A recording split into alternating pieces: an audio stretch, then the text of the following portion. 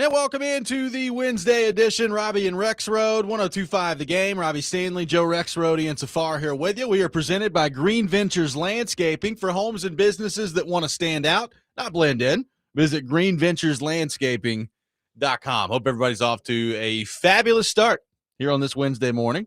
Joe Rexrode, good morning. How are you?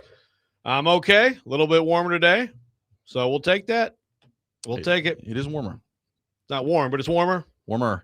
It was like last couple of days, the dogs have been very, it's like kind of like slap in the face, especially with the wind. So it's going to be 75 on Saturday. Is it really? Yeah.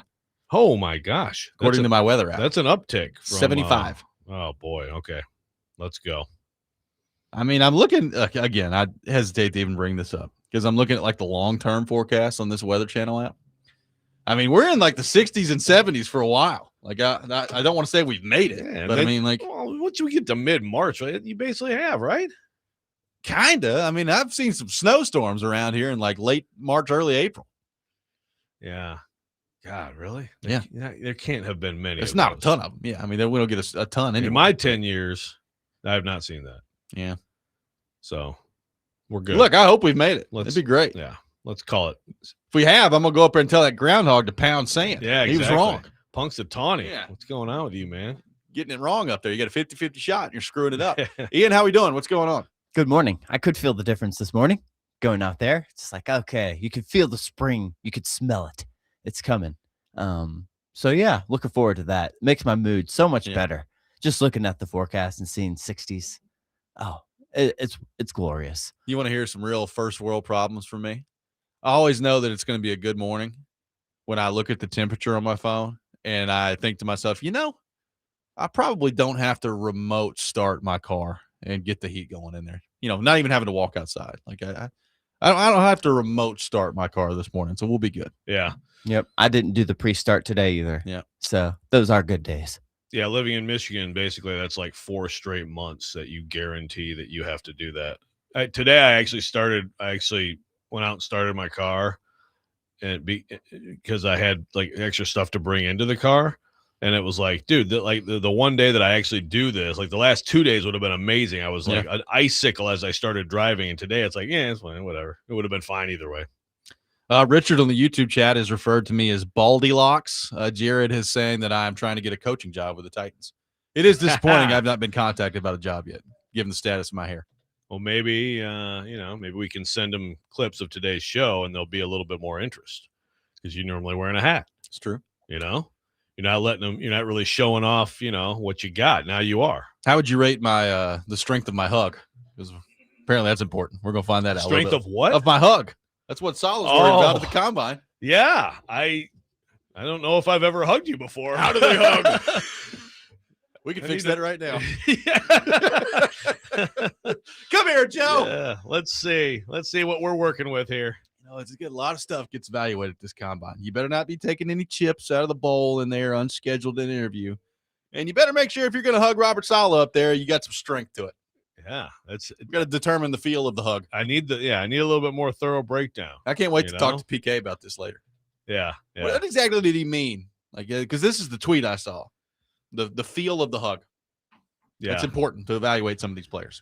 For whatever reason, like it reminds me of like the whole thing with like the Vrabel scaring some GMs, because he's so big, he's massive. His hugs are so hard. I couldn't do it. Couldn't hire that guy. Maybe it was all about the hugging. Man. Maybe so. Robert Saleh did speak at the NFL Combine yesterday. We're going to get into that throughout the show here today. Take your thoughts at 615-737-1025. Paul Kuharsky is in Indianapolis. He will be with us later in the program as well, and we will get into what Robert Saleh had to say. I think Mike Borgonzi speaking later today at, I believe, 12 is when he's speaking. So we will get into all that with Kuharsky later in the program as well. Joe, not a good result for Tennessee basketball last night. They lose on the road 73-69 to Missouri. And you had kind of hinted at this yesterday. It's a tricky game that you're walking into on the road, and Tennessee comes up just short on the road. They get outscored 47-40 in the second half after taking a 29-26 lead at halftime. Ament with 17 points on 5 of 14 shooting from the field. He had 7 rebounds. Gillespie with 19 as well. But that's a loss for Tennessee. You know, they've been rolling pretty good with the exception of the Kentucky games as of late, but falling short on the road. Big win for Missouri, by the way. Yeah, Missouri, now has Vanderbilt and Tennessee Yep. in its back pocket in the last week. It's pretty good. They also already have Florida, so they have a win at Kentucky. They have Auburn. Like they're trending to. They were in my bracket yesterday for the first time in a long time, really.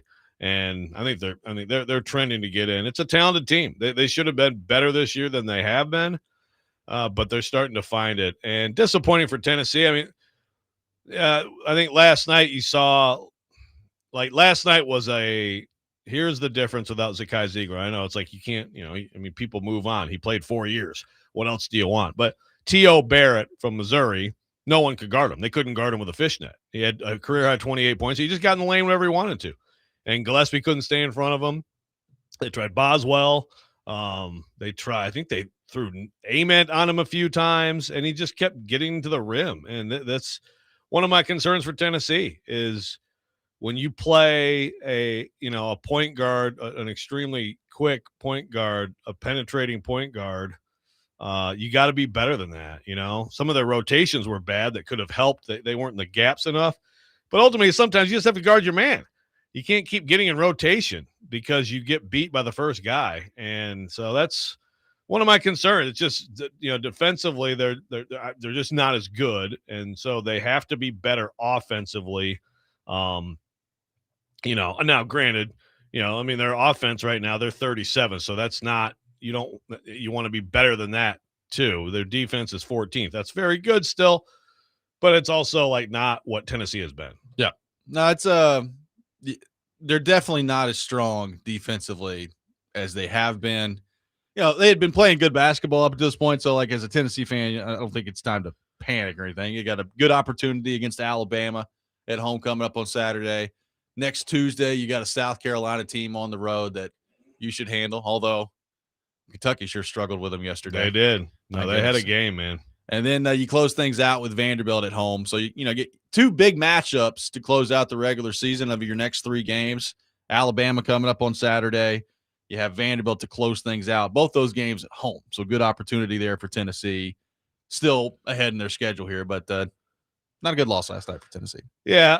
So if you can beat those 2 teams, Bama and Vanderbilt, those are teams right now that, to me, I had the committee put Bama and Arkansas ahead of Tennessee on Saturday. Yep. I had Vanderbilt ahead of all of them on the 4 line. Vanderbilt, lost, so I moved them down.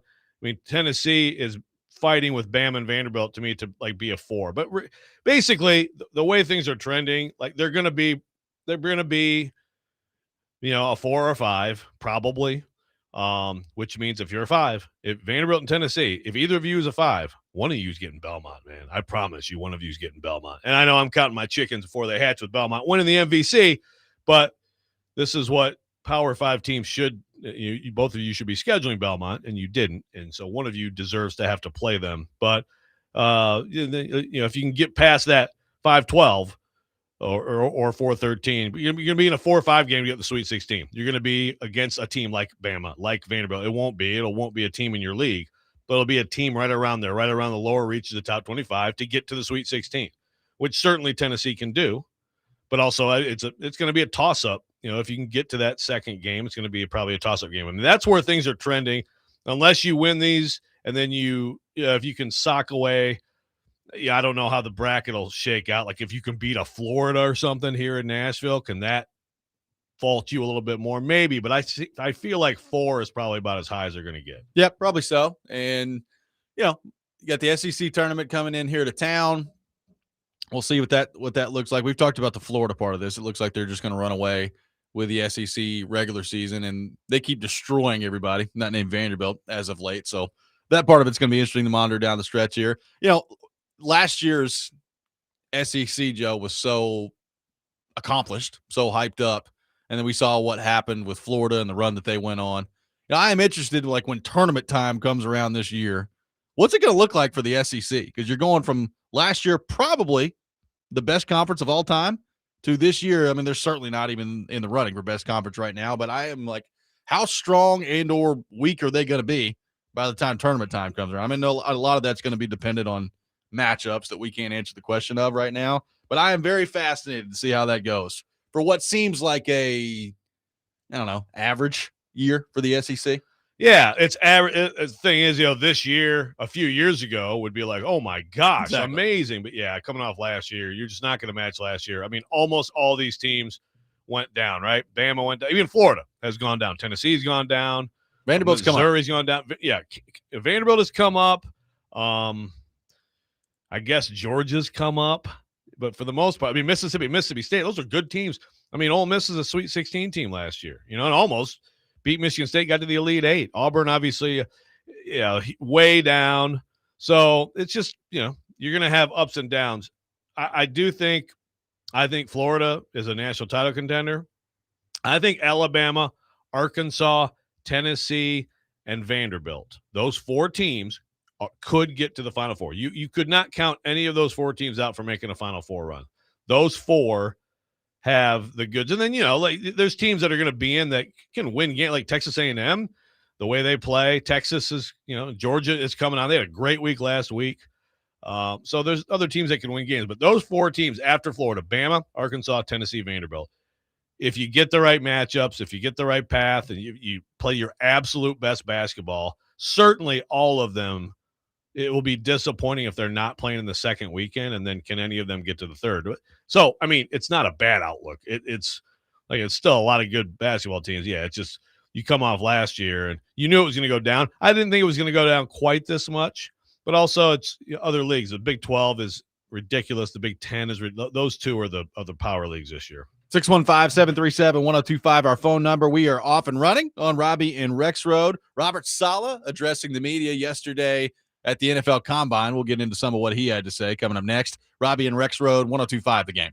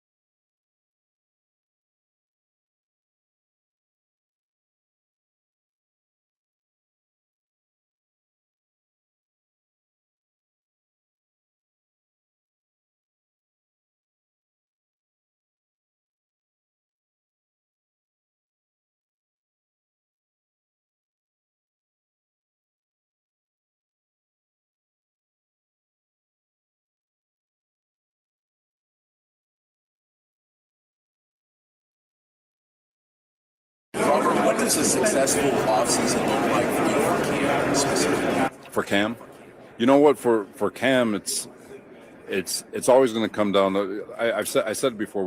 We're going to take him back to his rookie year, just to square one. You know, a lot of these rookies, when they get into when they join the team, you're already halfway through phase 2, and you're kind of playing. You're in a sprint to try to get them ready for training camp and for week 1. We can kind of take more of a marathon approach with them, where we've got phase 1, we've got phase 2, we've got different ways we can approach them between now and week 1 to get them prepared. So just taking those baby steps, learning everything it takes to be a quarterback, not just on the field but off the field. So again, just him being his best and getting better every single day will be good enough. That was Robert Saleh yesterday at the NFL Combine.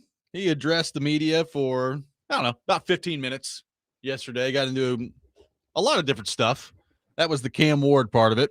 He did say, later in that press conference, maybe it was earlier, I can't remember, he talked about Cam and basically the work habits that he's got and, just being around the building and all that, and said, it's very rare that people that are that driven don't find success, which Yeah, strong quote. a lot of people ran with that quote yesterday with good stuff from Robert Saleh there. I actually found that part of it that Ian just played pretty interesting. It's not the first time Saleh said that, but like thinking about what that means is pretty interesting to me. Like he said, going all the way back, like tearing it down to the roots and basically going back to his rookie offseason and working with him. If I'm a Titans fan, I hear that and I say, well, okay, that sounds good. Like you're going to get your hands on Cam Ward and Dable's going to be in there and they're going to work together, and maybe fundamentally you're working with him on some of his footwork and all the stuff we've talked about with that. Obviously he's running a different offense, so you got to get that down. So there's a lot of things that make sense on that front.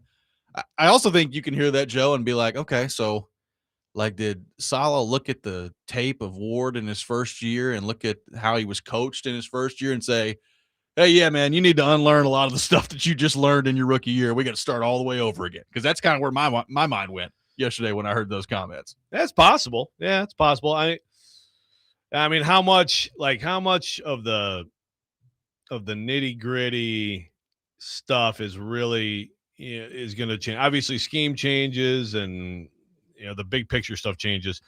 Like, do they look at it and say we gotta totally change stuff he does? Because I guess I'd be surprised a little bit, just because everybody still has their own stuff. You know what I mean? You can't totally. Plus, he has his own quarterback coach, right? Every offseason. So, but yeah, I get that. I definitely understand why people would listen to that and be like, is that like, far like kind of gentle shade at like the last coaching staff? Yeah. I Richard on the YouTube chat says, yeah, Saleh basically said Ward's rookie year was a waste except for the speed of the game, in my opinion. Like, I don't know if it's quite that far, but like I heard it and was like, okay, so we're just going to tear this thing down to the studs, huh? Okay, cool. Yeah. But I guess it's like, it's interesting because I do watch Cam Ward and I say that looks weird, but also some of the best plays he's made look weird. Yeah. Right.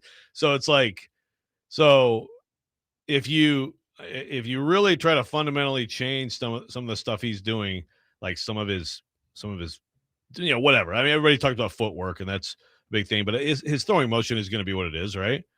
So, like, what are we talking about in terms of getting in there and changing things? I don't know. That's where it gets really interesting to me. Is like, are they trying to actually, like, he's going to be a totally different looking player next year? Like, here's a couple of things we look at, like that could never happen on tape. Like, that's got to change, or is it just like, because if he ends up being good, yeah, obviously these guys will get all the credit, and Cam gets the most credit. But also, I will have to say, like, you can't tell me last year wouldn't have been part of that journey, right? Sure. Early struggles are. We got quarterbacks in this league with 3-4 years of struggles before they get good. I have to think that there was some value in it beyond that. Well, I guess I agree with you. I just, when you hear him say we're going to take him back to his rookie year to square one. Yeah, that was the quote. It's like, I understand that, but if I'm a Titans fan, what I want to probably hear is, I saw the tape from Ward and I really liked some of the stuff I saw. And we're going to build on that. We don't have to go all the way back to square one. We're going to build on some of the things we saw and move forward here. Maybe it's just semantics. I have no idea. When I heard that part of the quote, we're going to take him back to his rookie year to square one. I was like, oh, okay, cool. Be like Men in Black do the shoo. Yeah, just totally forget everything you just saw. Hi, Cam. Did you enjoy last year at Miami University? Yeah. Yes, that's where you were. It's 2025, Cam. Yeah, it's all over again. Yeah, Brian Callahan, never heard of him. Yeah. Yeah, we will never speak of Nick Holtz. the Callahans ever again. Who's that? Oh, gosh. He didn't call plays. Where is Nick Holtz, by the way? Has Nick Holtz found a spot? I don't know if Nick Holtz is resurfaced or not. I have not seen his name I haven't either. flash through now that you mention it. I have not either. That whole thing is, I mean, of all the things that when Brian Callahan, we did talk about it. It's like, high school buddy, huh? Okay. But like, it just seems to be like what that he's like what would you say you do here? Guy. Yeah. But I hope he lands somewhere. Yeah. It's going to be, it's going to be very interesting to see how that part of it plays out. Yeah. Like, if you're a Titans fan and you're trying to be optimistic about, Ward specifically moving into next year, like I did think he got better as the season went, right? Yes. So like, it's not like it was just some complete disaster all year. Like he had some bad games that were in there, the Cleveland game that they actually won, like the aftermath of some of that is just, Cam didn't, I think he was 14 of 28. In that game against a good defense. But like towards the end of the year, like he played well against Seattle. They had built their offense to a point where, number one, they started to run the ball, right? So you ran the ball better. You felt better about the ground game, the way things were going there. And I think they did a good job of kind of working off that. And even in the last game against Jacksonville, I mean, Cam goes up and down the field. They score a touchdown. And he unfortunately gets knocked out on the play, and he's done for the rest of that game. I would have loved to have seen what the entirety of that last game looked like for Ward against Jacksonville, because I think you can make the argument, Joe, the low point of the season was probably a few weeks before that when they played against Jacksonville at home, and they looked horrible. I mean, they looked awful in that game. So they, in the aftermath of that first Jacksonville game, they had started to kind of get on a roll a little bit and build offensively. I would have loved to have seen, a full game of Cam Ward in that last time out. Unfortunately, we had to see Brandon Allen. Yeah. I don't want to see that again. Well, he looked good by comparison. You're like, wow, for all the complaining about Cam Ward this year, here's someone else quarterbacking who's an NFL quarterback, and look at the difference. I think he got better. I'd like to hear from him, and I don't know when that'll happen. That'll probably happen, whatever. Well, actually, with the shoulder, who knows when it'll happen? Yeah, does he think he got better? Does he feel like he needs to, quote unquote, start from scratch? Again, it's like, I just don't know. Like, you have to improve things, but it's hard for me to believe that you're going to totally break things down and start them over. What did they do with Josh Allen? Obviously, Brian Daboll's been a part of a incredible accuracy revamp. Yeah. Did Josh Allen's throwing motion change, or you just get better? Just figure out a way, like a more subtle changes to gradually get better. There have been some stories written about certain things he's done. He did, but I don't think it was like a total, like, okay, this is not how you throw the ball anymore. Again, someone has a jump shot for him. Once they get to adulthood, like that's basically going to be your jump shot for him the rest of your life. Well, again, some of this is, he is going to square one because he's learning a new offense, right? So, like, I understand that, like, people have brought that up. Well, new offense is coming in, so you are starting from scratch essentially, which I understand that part of it. I just, when you look at what he did in year one with the experience that he now has gained with mostly 17 games played, I feel like that part of it and going through some of that should serve him well moving forward here. I just, mechanically, it's going to be interesting to see how big of an undertaking they think that's going to be with him. Like Dable talked about it last week, and he's like, he kind of downplayed it. He's like, people have different mechanics. I'm comfortable with what I see from Ward. So it's like, okay, well, if you're comfortable with what you see from Ward, why are we going back to square one? What does that mean? So I don't know. It was just an interesting quote that Saleh had yesterday, I thought. It was. And you're right. It kind of does contrast with Dable. And remember, Dable basically had like Uncle Rico is a rookie and Yeah. turned him into an MVP. Yeah, I'm not saying didn't turn him into an MVP. He turned himself into an MVP, but he's part of that. So I'm sure anything else relative to that probably doesn't look like that big of a task. Probably right? not. Yeah. Is it true that Tic Tac Titans was at the combine? Yes, he was. I'm so excited. I heard him ask a question, and How did you know it was him? Oh, I've seen some videos. Like I knew it was him. Is this Look, is this credential Tic Tac Titans? I don't know. All due respect to him, like there's no mistaking that voice. So when I heard it, I was like, "That's Tic Tac Titans." I bet him and PK are standing within like 6 feet of each other. Oh my! I can't wait to ask him about it later. Now I'm freaking mad I didn't go. Holy crap! This sounds amazing. Just Got Rand. Rand was talking tough. The YouTube chat's giving me a lot of breaking news today. what did Rand say? I don't know. I heard him on another show. They were talking about this defense. Some interesting stuff about this defense and Fred Warner and everything, and sort of like maybe Cedric Gregg maybe being that guy. But Jared says he was talking tough. I need to know what that means. Okay. Good stuff. 615-737-1025. Still there? Is our phone number. 615-737-1025. That's immediately where my mind went. We'll have more coming up next. Robby and Rexrode, 1025, The Game.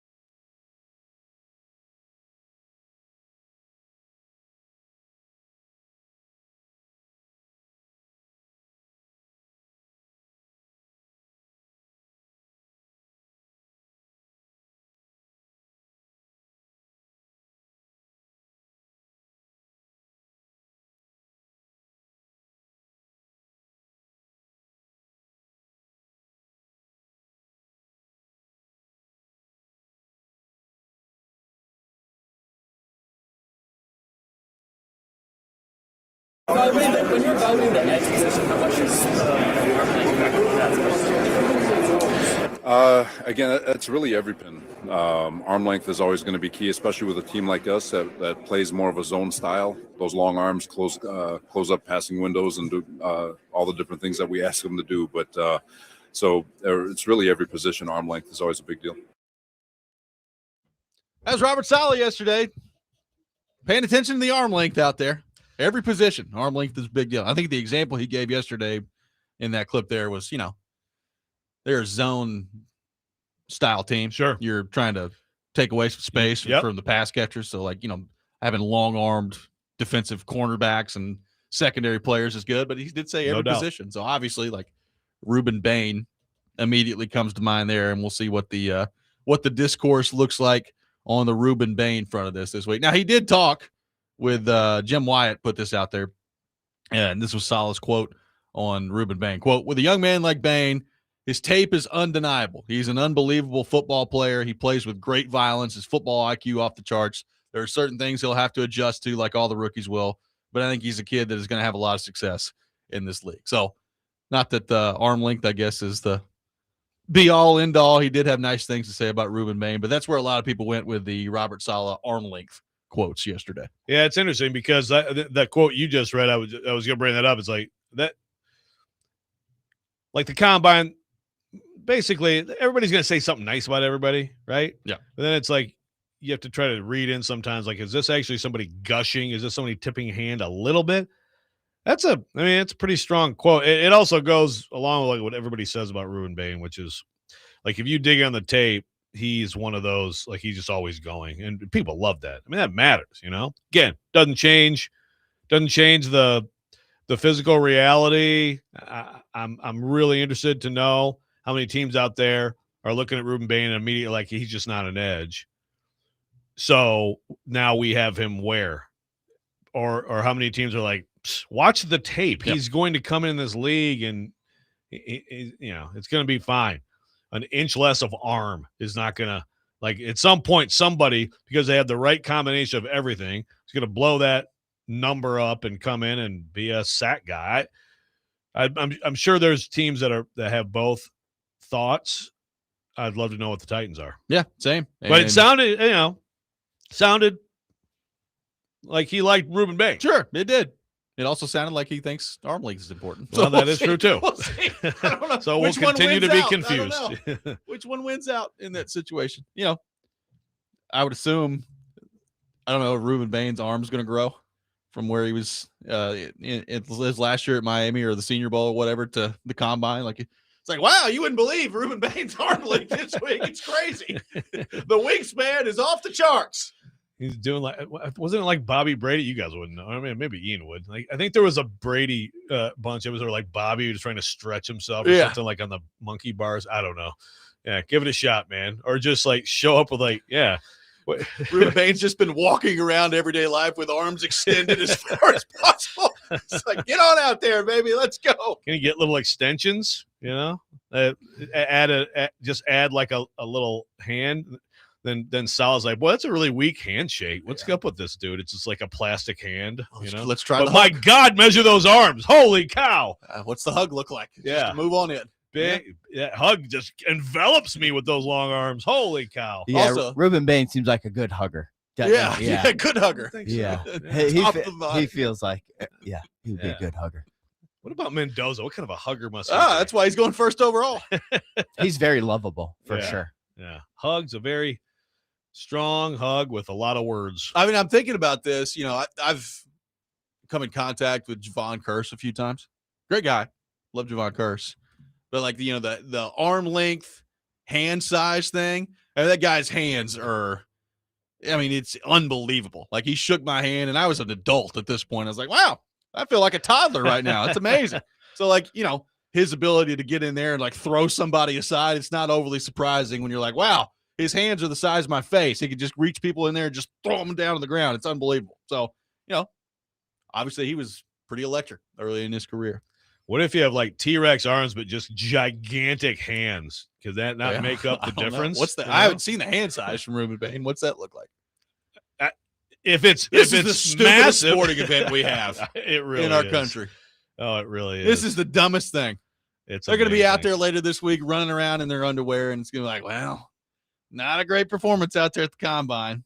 I know. Meanwhile, Anthony Richardson went out there and looked like the reincarnation of Superman at the NFL Combine. We've seen how that's gone to this point. Yeah, and also like, even guys who run. And sometimes, DK Metcalf.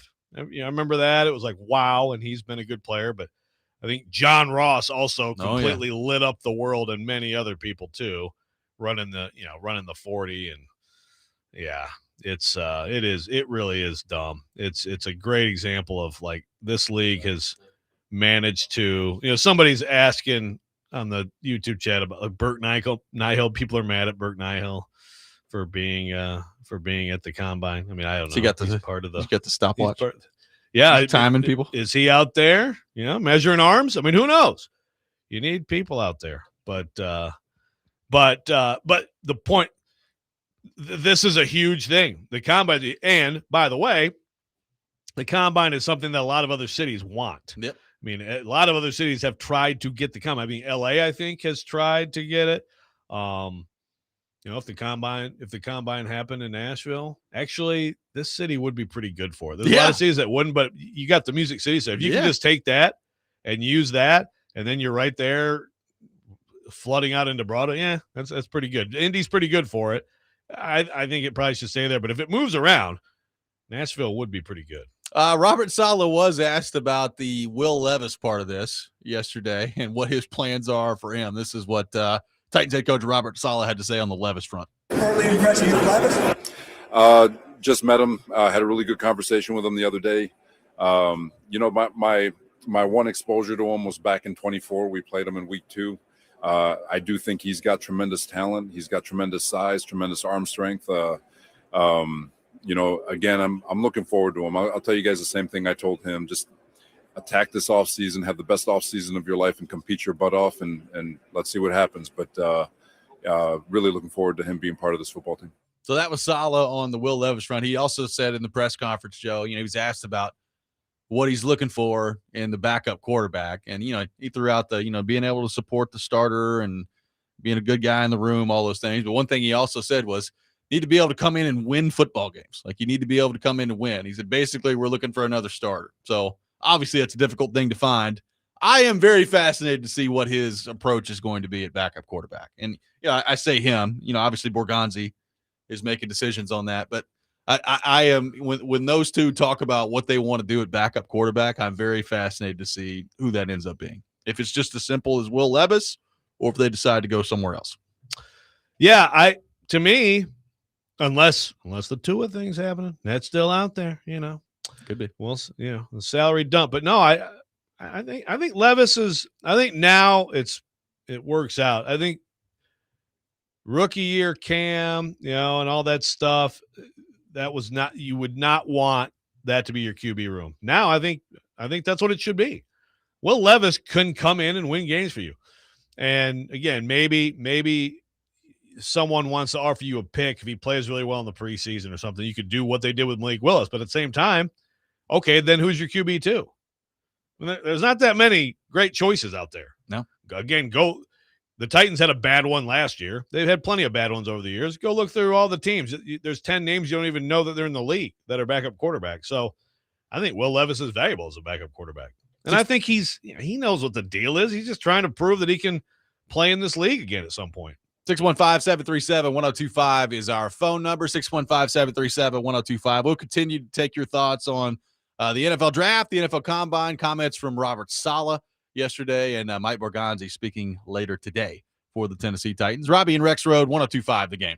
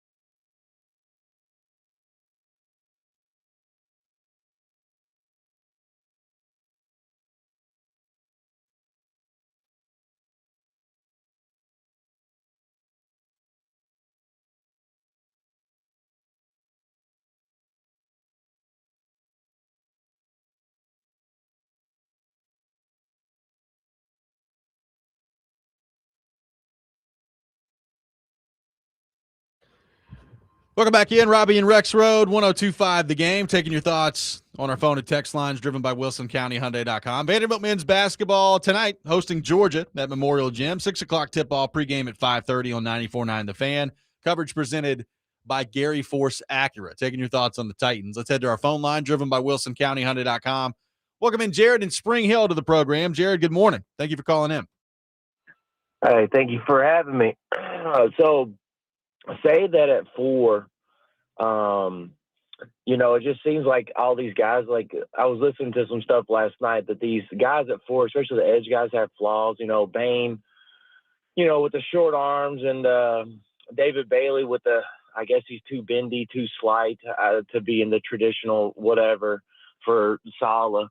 And then you have Reese, we don't really know what position he can play. And then also too with the receivers, right? Like we don't know if Carnell Tate's a fully polished athlete at 4 to draft. Tyson is hurt, and Lemon, do you really go that way at 4? So, and again, I get hyper fixated on guys. I called in last couple of years. It's fine. But do you not think that a player with Jeremiah Love's ability to be both dynamic in the pass and run game, again, say they're there at 4, do they evaluate? It's like, look, this guy can be good, a 10 or 12-year starter for us at this position, but we don't know about some of these other guys that they have a little bit more flaws.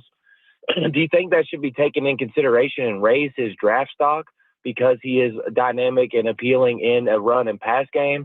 Or how do you think they are kind of evaluating that? Or is just running back and, cool players that scored touchdowns just not even on the table this year?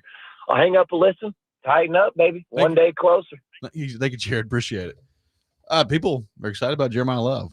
Calls about Jeremiah Love a lot. Yeah, I'm in. I'm with it. I mean, I would say this.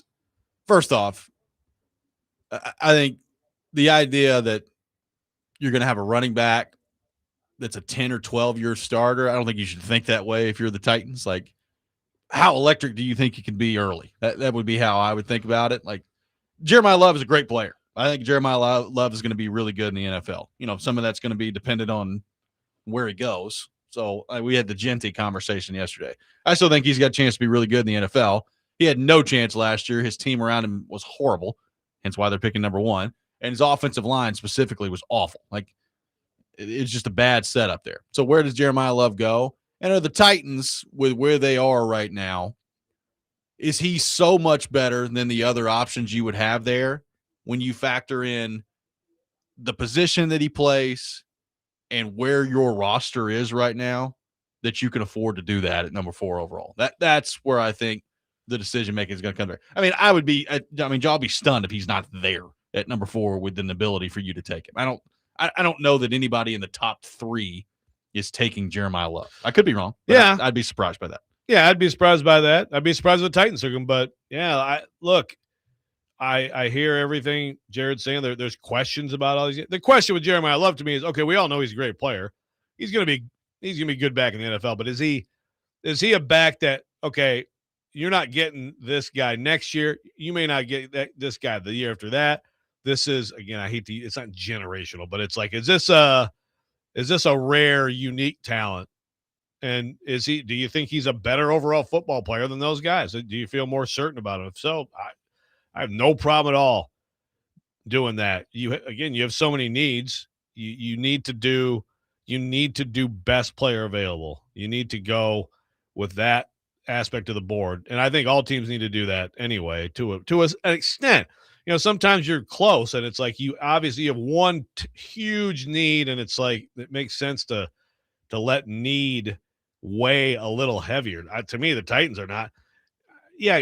Now, if you think Bailey or whoever or Bain are great players and you think they're better football players than him, then do that. But I kind of it's kind of the tackle conversation all over again. I don't really think need should be that big of I don't think it should be that big of a thing. Especially, again, if you think there's a gap between the overall quality of a football player at whatever position and a football player at a position of need, you would be irresponsible to go with need. To a degree. I mean, again, it's the 4th overall pick is also about value. Like, is there, and this is a question I don't know the answer to, is there from a running back perspective, is there that big of a difference between Jeremiah Love and some of these other backs that you could find in the 3rd and 4th round? Like, is it that big of a difference? Like, I think that also has to factor into this huge, too. Like, huge question. It's the value part of this, and that's why, and you can, I guess, you could have the same conversation about receiver. Like receiver, I think we would all agree the position is more valued in the NFL than running back is. But like when you're looking at a Carnell Tate or you're looking at a Jordan Tyson, whoever at number 4 overall, like are those guys that much better than guys you could be able to find early in the 2nd round? Like I think all that's going to have to factor into your decision making. I mean, you don't make your entire decision based off that, but like that's part of like not every draft is created equal, right? Like there are some drafts where you feel pretty good about the receiver talent you can find in the 2nd, 3rd round to come in and play for you. And there are some drafts where you look at it and you say, yeah, we better go get one of these top guys if we want a receiver because there's a huge drop off after that. And I don't know, in terms of the edge rusher part of this, is there that big of a difference between David Bailey and some guy you could find in the 2nd round? That's up to the Titans to make that determination. I don't know. Yeah, and obviously what you did in free agency. I mean, it's all part of the discussion. It just at 4, like you better come to me. Like you better come away with the player you're most convinced is going to be a great player. Is going to be an elite football player. One of the handful of foundational pieces for this team moving forward. This person has to be that. That can be, and that to me can be it. Really, at any position other than like a specialist, Again, that's why people are talking about Caleb Downs, a safety going number 2 right now. Yep. So, and there's another one. I don't have a problem with that. If they're like, he's just flat out the best player in the draft. You don't get a Caleb Downs every year. And yeah, I think you're right. It's a good way to look at it. Like down the road, this position, the depth of this position, also, what can we do? And I do think with a receiver in particular, that there are a lot of guys at that position who aren't that much lower than the guys at the top right now. I think receiver is a position where you can definitely hit something in the 2nd round and feel pretty good about it. 615-737-1025. Our phone number will take more of your thoughts on the NFL draft, plus a player that could potentially wind up in free agency that Rexrode is all about. We'll get into that coming up next. Robby and Rexrode, 1025 The Game.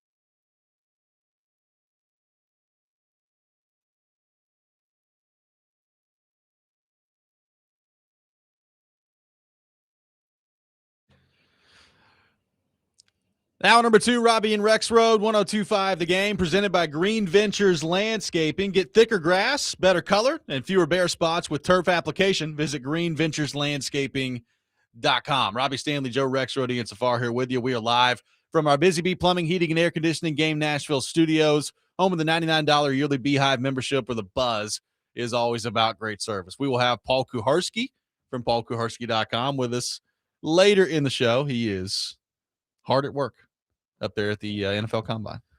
Well, are you trying to come in late today? I say he comes in. Well, he probably has time right now.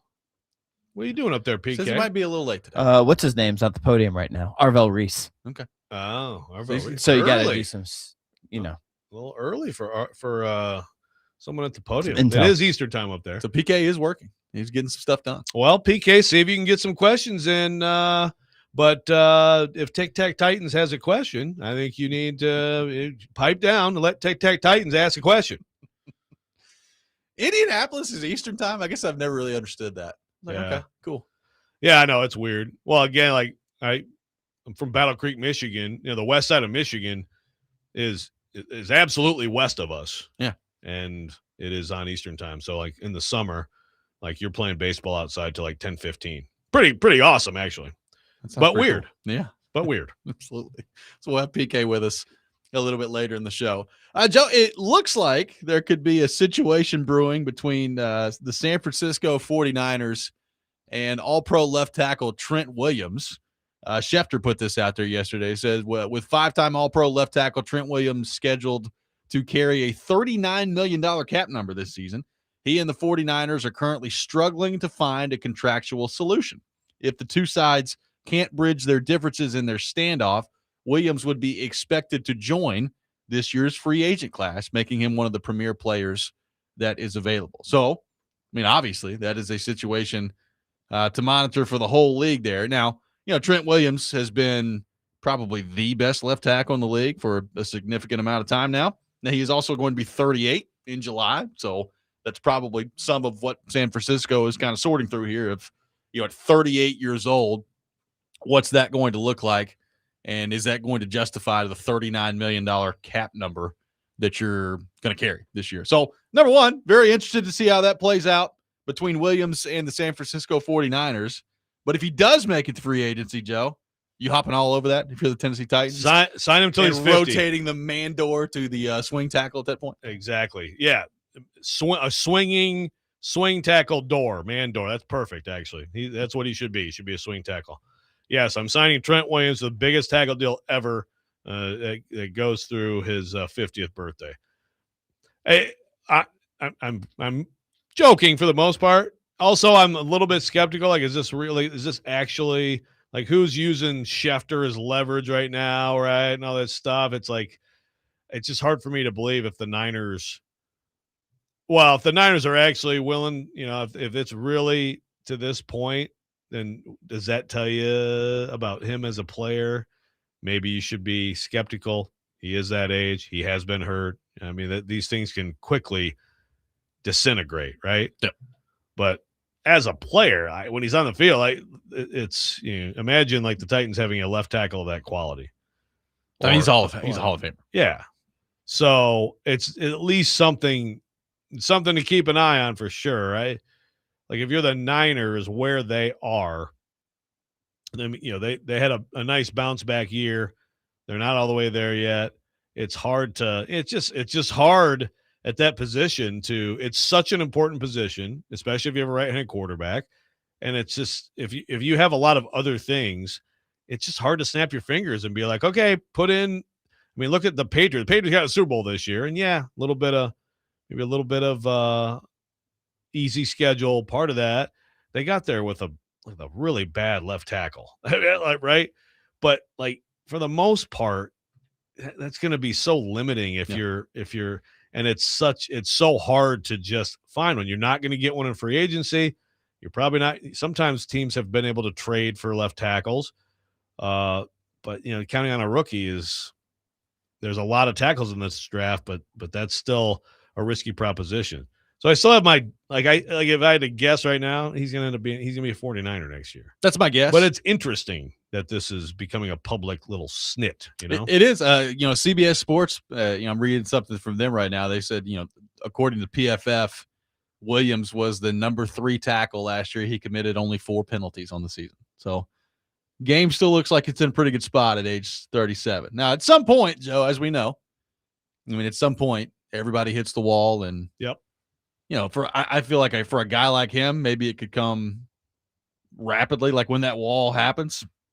And you're also 38, another year of wear and tear on you at that point. I mean, he's been in the league for 15 years. So that's a lot of games that he's played. So I have no idea. I mean, he may trot out there at the age of 38 next year and be half the player that he's been. I have no idea. But the most recent body of work suggests that by the numbers, he's been pretty good, even into age 37. Yeah. So is he more of a guy? I've talked about like Trey Hendrickson, and with the Titans, it's like, it's just not. Should we look at Trent Williams the same way? Like this, they're not the team, plus, it's probably on both sides of it. Yeah. Like if you're Trent Williams, are you going to a rebuild right now? Do you want to go to a rebuild? How's he like Wisconsin? Yeah, you'd like that, huh? That's the number. There's all these, landing spots that are coming out about Trent Williams now. That's like number 1 on all of them. Number 1 on all of them? Yeah. God, Micah Parsons one off season, Trent Williams another. At some point, Matt LaFleur, you might want to do something. Yeah, you might want to win. Might want to do something with this playoff talent. Games. Boy, that would be, and that's exactly the kind of team, right? That's the exact kind of team. They need a left team that's close, has a dire need at that particular spot, and that might be the finishing touch to a team that can contend. That's not the Titans, but I don't know, for whatever reason, maybe just because. Like a Hendrickson, it's same idea, but even if you can buy 2 years of giving Cam Ward great left tackle play before you have to figure it out, that's better to me than another year of Mandor. You're bound and determined to get Mandor out of here. Well, you want Mandor as far away from Cam Ward as possible. That's what I've learned this offseason. Look, he's better. He's better than Dillard. He's better than why do I always forget the guy before Dillard? Dennis Daly? Yeah, Daly. Better than Dillard, better than Daly. So that's good. It's a low bar. He's okay. It's not disastrous, but imagine if you had like a really good left tackle. Yeah, that would be nice. It's been since Taylor Lewan, really since before Taylor Lewan tore his ACL. I mean, on the surface, Mandor being your swing tackle actually sounds pretty good until you realize you'd be paying him just an absolute ton of money at that point to be your swing tackle. Yeah, that's true. Like, wow, he's making $20 million to be the swing tackle, huh? Plenty of cap space. There's a lot of cap Amy space. got plenty of money. Stadium coming through for you. There's also now now that this has been out there, the New England Patriots fans I've seen are just convinced that he's going to be their left tackle next year. It's like, Will Campbell, move aside, son. Trent Williams is coming in. Will Campbell, you would be a great guard right next to him. Yep. And you can learn from him and probably still stay at guard. But yeah, those are the teams that are absolutely going to be all over that. People really like the Mandor nickname. I hope for your sake he never becomes aware of that. Yeah, I know. I need to. Who's the guy that calls me Mandor? Hello. This point to Stilly. George is asking, what does PK mean when he says lock the locks? And don't block the boxes is it's because of like somebody parked in front of the mailbox, right? No, I think it's like the box. Oh no, it's the box of the intersection. Yeah, I'm left sorry. turn. Something. Yeah, not the something mailbox. about the left turn. He's not worried about the mailbox. Lock the locks is because one time a very messed up naked person, I think, walked into his house in the middle of the night. They just left the house unlocked. Yeah. So there you go. There's the backstory of PK. Thanks for asking. We're going to get into that and Tic Tac Titans with him later. He'll be thrilled. Yes. 615-737-1025. Our phone number, 615-737-1025. More coming up on the NFL Combine next. Robby and Rexrode, 1025 The Game.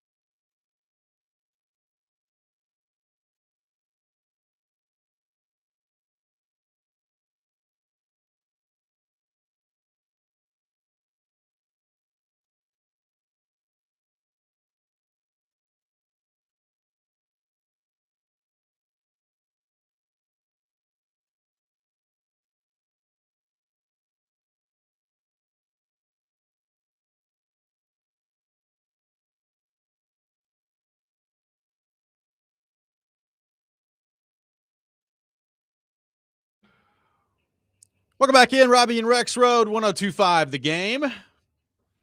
I got some tickets to give away. A 4-pack of tickets to the Athletes Unlimited pro basketball game at Nashville's Municipal Auditorium coming up this Thursday at 5:30. They got 40 players in this league. Alicia Clark is going to be playing. It's going to be awesome. Looking forward to that. Caller 5, 615-737-1025. 615-737-1025. Caller 5 will win a 4-pack of tickets to the Athletes Unlimited pro basketball game at Nashville's Municipal Auditorium coming up this Thursday. Taking your thoughts at 615-737-1025. Jim at Vandy says, don't block the mailbox. I've got coffee coming out of my nose. Yeah, sorry. That was dumb. Don't block the mailbox. Oh, God. Also, great text from someone who I've lost. Oh, yeah. Brian's like, Mandor sounds like a third-rate planet on Star Wars. I'm like, oh, you're on Mandor? Oh, no, I thought we were going to Endor. No, we're going to Mandor. They're blowing up Mandor, not Endor. Sometimes I legitimately have to think about, like, okay, what's his actual name? Oh, yeah, Dan Moore. That's right. Or just, people have to be listening sometimes, like, Mandor? Who are these two idiots talking about? Yeah. Dan Moore. Yeah, it's kind of like, actually, it reminds me of something that Ian said so many times on the microphone. Also known as PT. PT! Who are you talking about? I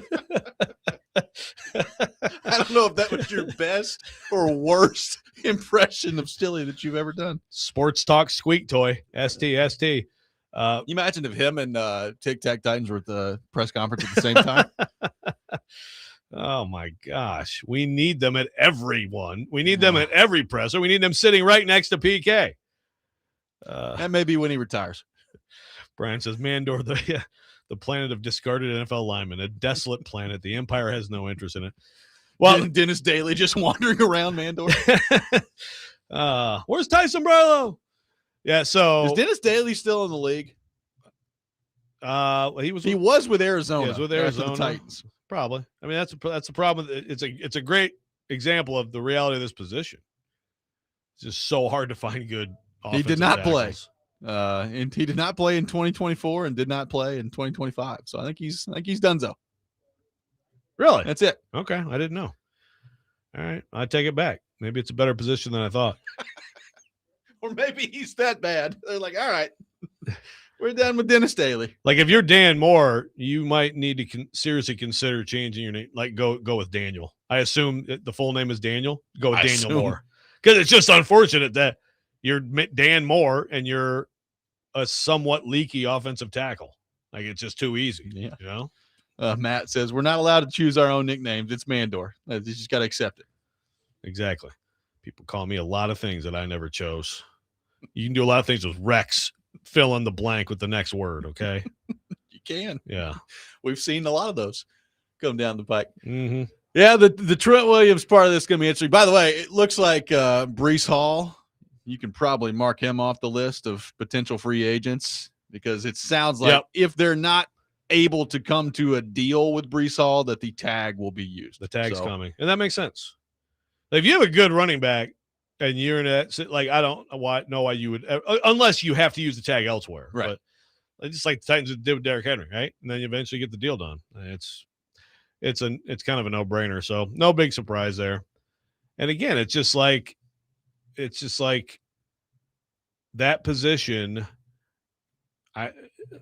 Tony Pollard was fine, but you can do better, you know. So can you do better? And then, like you said, I know Notre Dame fans have commented to us, you know, Jeremiah Love. Okay, that it seems a little rich at 4. He's going to go, I think, in the top 10. But some people are like, well, Jadarian Price is like right, but I don't think Jadarian Price is the same prospect, which is why he's going to go in the second or third round. But yeah, like you can get a good back later in the draft. The Bears just got a really good back in the 7th round last year, who ended up being really key for them. So that's true. That does happen. Well, look, I fully acknowledge and recognize that running back this offseason is not probably anywhere near the top of the list for the Titans in terms of things they need to get done. Having said that, personally, I will be very disappointed if next year their running back duo is Tony Pollard and Tajay Spears again. I just will. I mean, I think you can do better than that. And, Spears, the conversation, honestly, sometimes around here about Spears is kind of weird to me. Like, it's almost like it's a foregone conclusion that he should be playing. And it's like, I don't know what you guys, like, what has Tajay Spears done in his career to this point for everybody to think that the Titans should be playing him more? Like, I don't for the life of me understand that. I understand the cost control of the contract. Okay. Yeah. So, like, if you want to make the argument, it makes no sense to move on from him. That's fine. Like, I can listen to that. But, like, this idea that I think that, let's see here. Spears carried the ball 72 times last year. The idea that needs to be, like, doubled or tripled is just insane to me. Like, he's a third down back, and he's kind of an okay third down back. That's what he is. Yeah. He makes the tantalizing play here and there. There's definitely – I think he's definitely a guy, like a really good guy in the locker room. Sure. So that's something. Makes a play here and there. You're like, wow, but you haven't seen it consistently enough. And obviously he's been hurt quite a bit too. So I don't have a problem with him being their third down back next year, but yeah, if part of the plan is more work for him, I don't think that's a great plan. What the plan should be is that the other guy needs to be the main guy. And again, Pollard has been good, but the main guy and a difference-making main guy. And I think you can upgrade on Pollard. I think you can too. And look, Pollard had a nice end of the season. And I think by the numbers, I think Pollard ended up last year with more yards than he's ever had. So, yeah, he was at 1,082. He was at 1,079 the year before. So it's the most yards he's ever had. But it was like, if you remember it, he was basically non-existent for the first half of the year. And then all of a sudden they figured things out. So what does that mean for next year at age 29? Was it just as simple as the Titans didn't commit to running the football enough earlier in the year? Did they figure something out with their run blocking later in the year? Once they got the great Bill Callahan out of here, and they're like, yeah, now we know how to run the ball. Yeah. I don't know. I don't know what the answer to that is. I will be disappointed if next year it's like, yep, Pollard and Spears is the duo back there. It's like, really? We couldn't upgrade on that spot? Yeah, I agree. It's not disastrous. It's still, if you compare all the position groups, it's one of the most stable and probably one of the best. Still, that's a reality. Like Lenny's like, the evaluation of the current roster is very difficult because of the coaching that's been going on last 2 years. Yeah, I would disagree with that. I'm not praising the coaching, but I don't think the coaching's been so bad that they've been masking great players out there. Okay, yeah, it's this league, like the Jimmies and the Joes show themselves, through good coaching or bad. You're going to win more.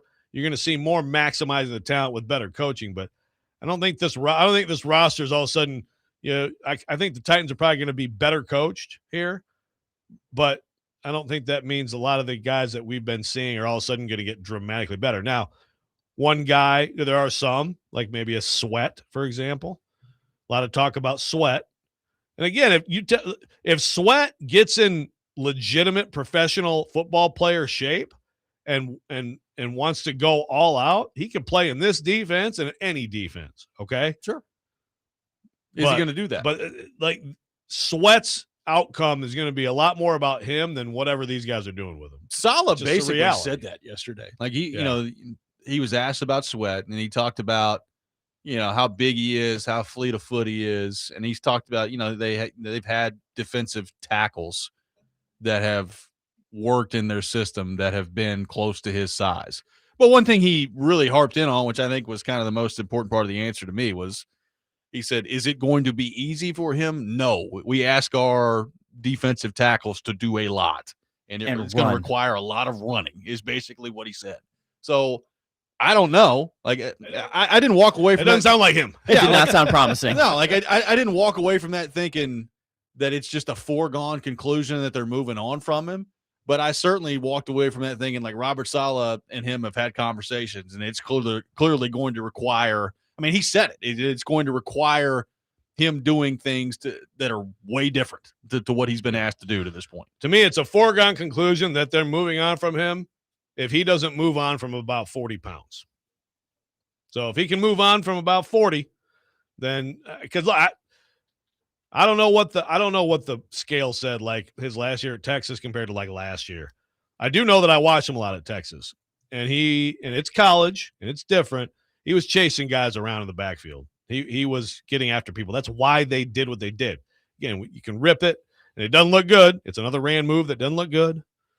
Apparently, Rand caused some ripples yesterday in an interview. But watch what you say. I know.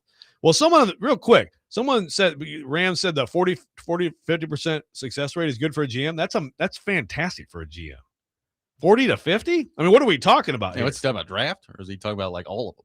Yeah, like if it's all your moves, to me, that's your win. You'll win. I think so. I mean, if you go back, even look at J-Rob's good like drafts and stuff, there's still like probably more than half not good. But you hit really well with the less than half that you got right? I don't know. That's an interesting. 2016 is definitely more than half of the draft he got right. 2019 definitely more than half the draft he got. 2019 right. Was definitely more than half the draft. Yeah. Yes, I don't know, man. But I mean, but if you took all those drafts where that led to them being good, and I understand there's free agency and stuff too, I bet you it's less than half. Maybe I bet you about in that range. I don't think that's a crazy number. A deep dive at the Athletic. That would be. That's an interesting. Like I'd like to see these numbers laid out. But like they're all the successful ones miss a ton. Like we can all agree on that, right? So anyway, with Sweat, it's. I know that he was a different player in college and he could move. And Saleh has made it clear, like if you can't move, it's not going to work out. So it's really to me up to him.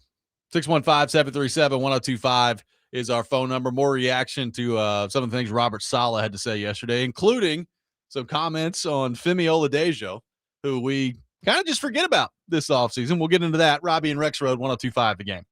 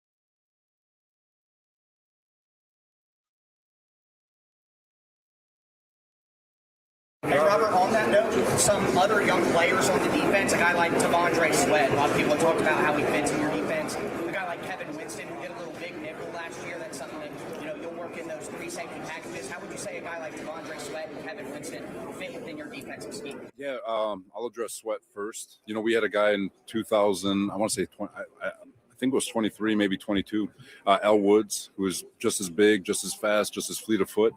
Obviously it's going to be we're going to ask things of him that are different than what he's done in the past. But one thing he has shown on tape is he can get numbers to numbers, which we need our D-line to be able to do. They need to be able to run, and that is something that he can do. He's a big man. He's got much faster feet than people realize.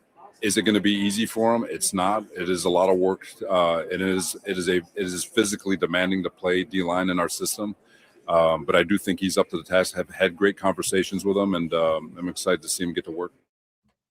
That was Robert Saleh yesterday. Capital J Journalism from Tic Tac Titans there. That was a very well put question. I mean, did Kuharsky ask a question that good yesterday? I don't know. I don't know. I mean, you tell me. You be the judge. Who asked better questions, Paul Kuharsky or Tic Tac Titans? I think I might have to cast my lot with Tic Tac Titans. He's not going to join us today, is he? Well, hopefully he's, transcribing Arvell Reese right now and not listening to us. How dare you? Why do you keep talking about him? You're giving him oxygen. Stop it. You weren't monitoring your tone very much. PK. I hope you learned. That was a concise. There was no talk about in there. No. It was. These are two things that I'd like to know. Sure. And he asked the right questions. I'm glad he got credentialed. I just want to know, does it say Tic Tac Titans on the credential? I don't know. 615-737-1025, our phone number. Robert Saleh also addressing Femi Oladejo yesterday, who is, a second-round pick from the Titans this past year, Joe, who is going into his second year that we don't often talk about a whole lot around here because of how much help we know they need at edge rusher. This is what Robert Saleh had to say on the Femi Oladejo front yesterday. With a young man like Femi, it wasn't that he was just being evaluated by 3-4 teams. We evaluated him as a 4-3 defensive end whose hand was in the ground. And, for him, he's got all the talent in the world. He's got length. He's got speed. He's got pass rush ability. He plays with violence. He's a good football player.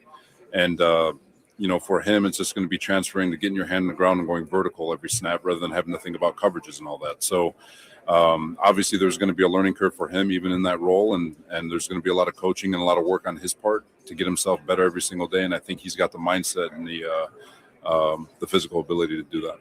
So interesting stuff there from Saleh saying that, in his evaluation last year, obviously it's a different defensive system that the Titans were running last year compared to what he's bringing in this year, but he evaluated Oladejo as, 4-3 end with the hand in the dirt going vertical there. So I am, it would be, when we start talking about best case scenario for the Titans, obviously at the top of that list heading into next year is going to be the quarterback taking a massive leap from year one to year two. It would also be pretty awesome for the Titans if their second round pick from a year ago took a pretty massive leap from year one to year two and became not only just a serviceable player, but a player that could get out there and make a difference for you. I mean, that when you start talking about edge rusher and the need that the Titans have there, they're going to need more than him for sure. But if he can become a big part of this, you're talking about a second round pick. Like, that needs to happen here for the Titans. It does. And I think one thing about Femi Oladejo is I do trust this coaching staff. I trust Robert Saleh. I think he's definitely done enough, both as a defensive coordinator with very good talent, but as a defensive coordinator in 2 stints in San Fran, and as a head coach with the Jets, also good talent. But he's done enough for me to think that if there's something there with Oladejo, they'll find it. And if they don't find anything with him, it's just a complete zero pick from Mike Borgonzi, right? Like, I'm confident that this group will find what's there. So the Titans need something to be there. Right? They need, they need this to not be 10 years later or 9 years later, whatever, repeated history of Kevin Dodd with John Robinson. You know, that's just. Oh, and it feels like because- everybody's just given up on him already. It does. Like it's what Yeah, it feels it's like to me definitely is early for people that. have like just totally abandoned hope that he's going to be any good. It's like, okay, look, the first year not encouraging, and that's both from what we saw early and obviously the injury part of it. You don't want to see that either, but it's not encouraging. But I mean, he is a second-year player coming in this year. I do have a little bit of an open mind as to what he can be. Now, it's going to be on him to show that pretty quickly, right? Like there's not going to be we can't be halfway through the season with him providing nothing, and I guess at that point have any realistic hope that it's just going to magically turn at some point. Like this is not quarterback, it's edge rusher. Like there are plenty of guys that come in the league and are immediately impactful, particularly first and second round picks at that spot. Yeah, you just don't see it. People improve.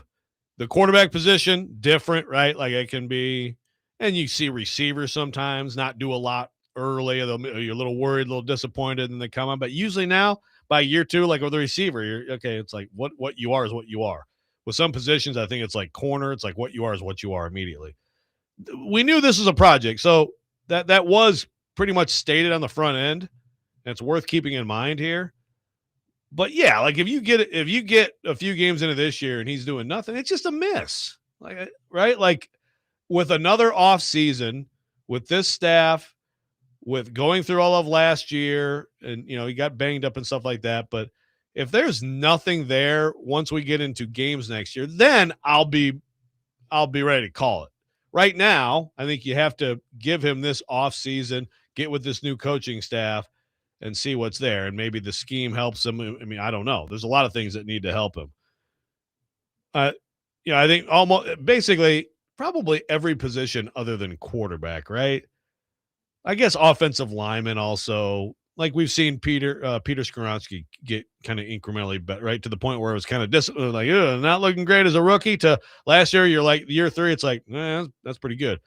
But I also feel like offensive line, there's a lot more stuff that goes into it, right? Than just can you on the edge, can you be physical enough? Do you have moves? Can you get by people? I think by next year we're going to know. Yeah, it's going to be that's going to be a huge part of the story here. Like how much do they get from him next year, paired with what they're going to have to, whether it's free agency, draft, or both this offseason. I mean, you're going to have some additions there that come in and make an impact. But if he can be an impactful player on top of the moves they make at edge rusher this offseason, that's a big deal for the Titans defense. And then we'll see if they have anybody that can cover someone back there. That would help too.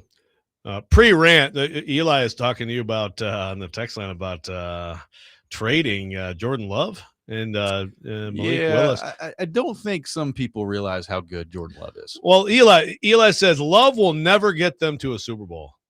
Sam Darnold just won the Super Bowl. You're telling me Jordan Love will never get a team to the Super Bowl? Like, how do people get to this? I mean, he just said he had a Flacco moment for 7 games, gets hurt, and is not elusive enough. I mean, he played in every game this year except for, I believe, 1. The metrics on Jordan Love pretty much across the board, whether you're talking EPA, like anything you want to look at, he's a top 3 quarterback. So I'm not saying that I believe he's like the 3rd best quarterback in the game. I'm just telling you what the metrics say. Like, if you don't think he's good enough to make a Super Bowl, I don't think you're paying attention. Yeah, last year is another – Sam Darnold's really good. Credit to him. Absolutely. But it's another reason we need to stop with this quarterback will never get a team to the Super Bowl.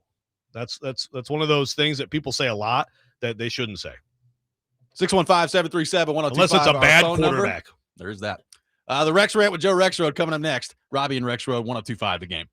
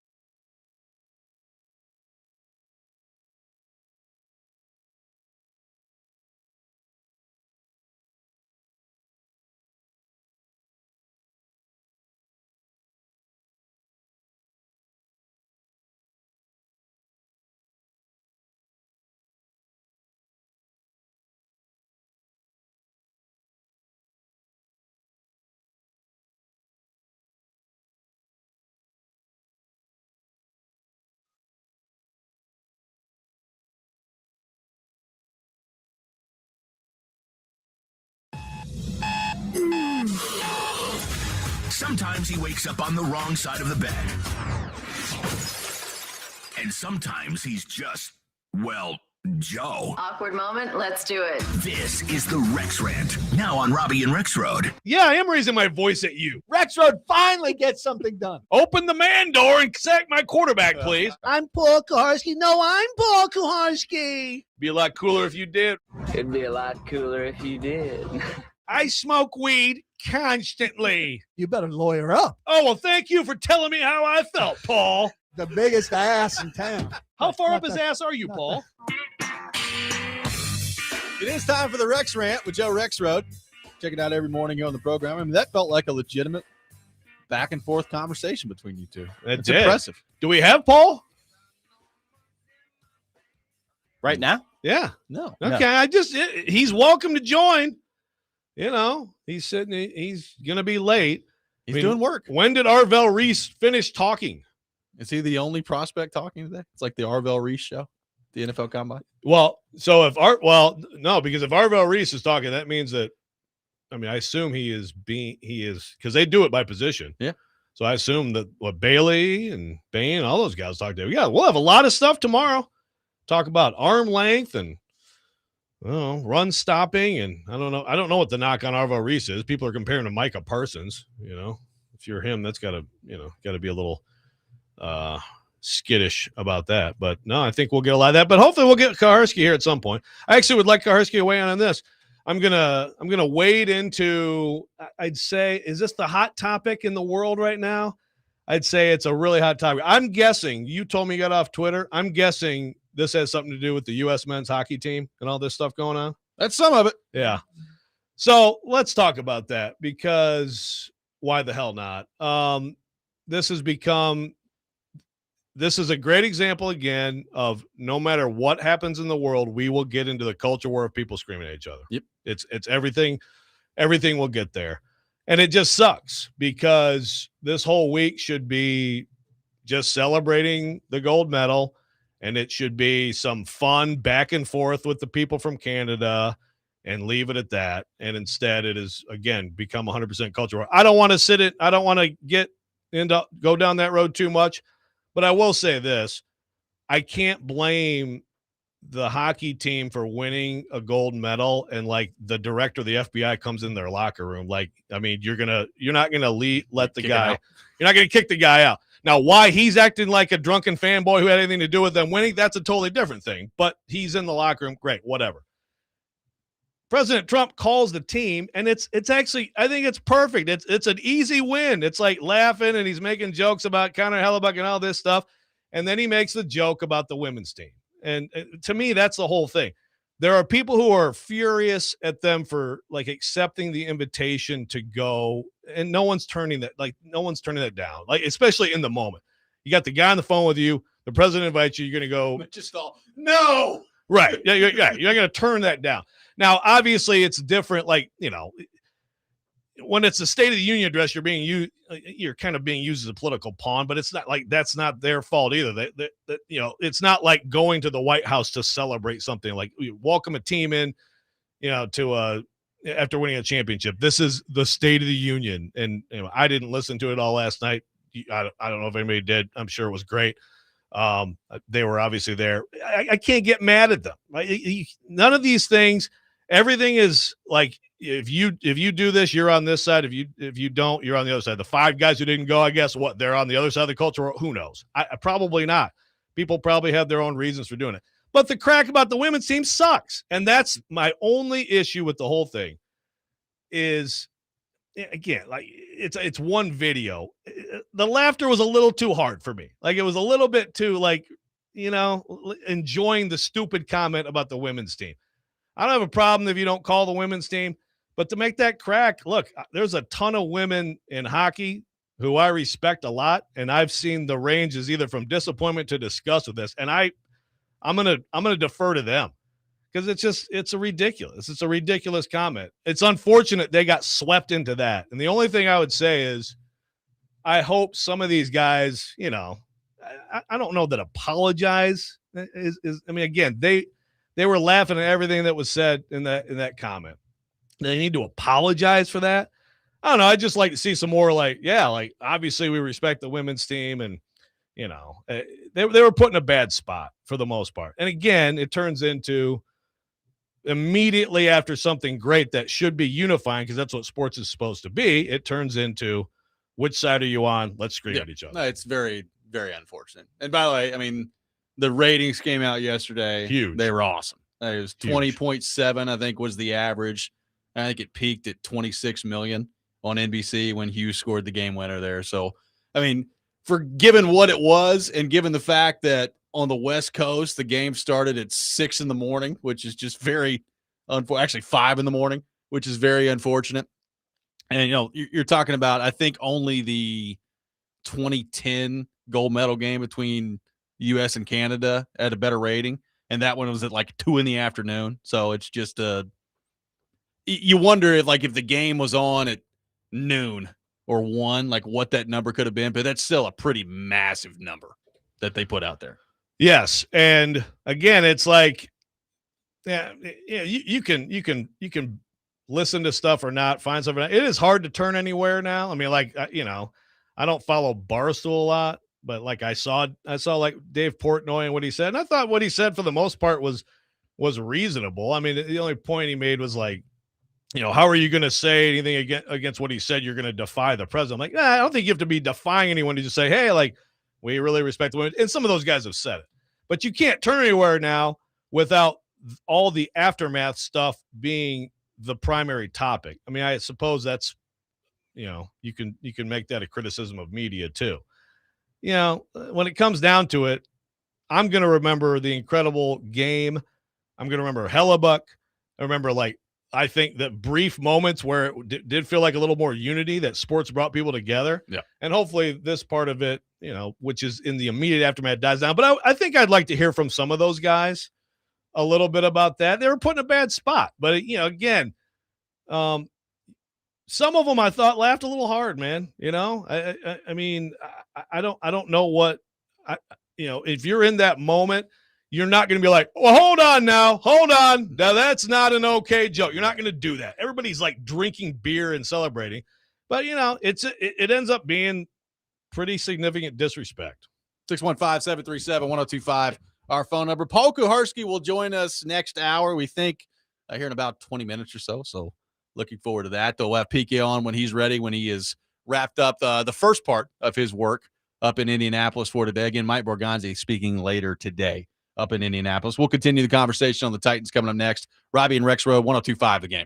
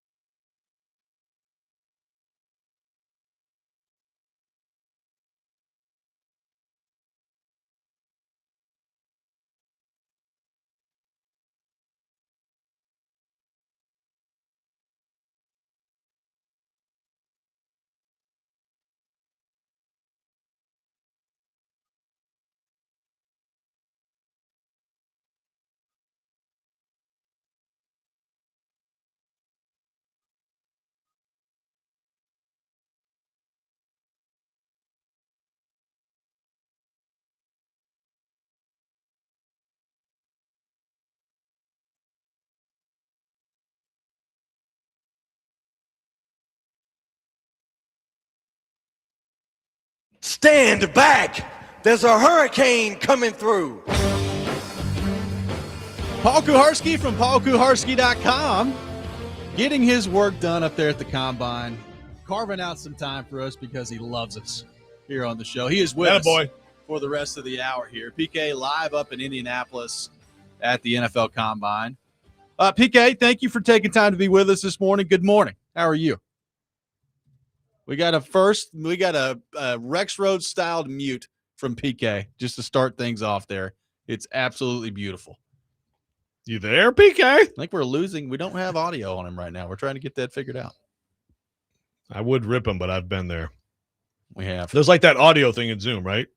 There is. To the left, I think. Hey, I hear it's starting to come through a little bit. We may have to call Tic Tac Titans. Give us some Titans analysis Nothing if we can't get PK. For me. Hello. There he is. It's like he just came out of a well. You're like Carrie from Little House on the Prairie. Like we just fetched you out of the well.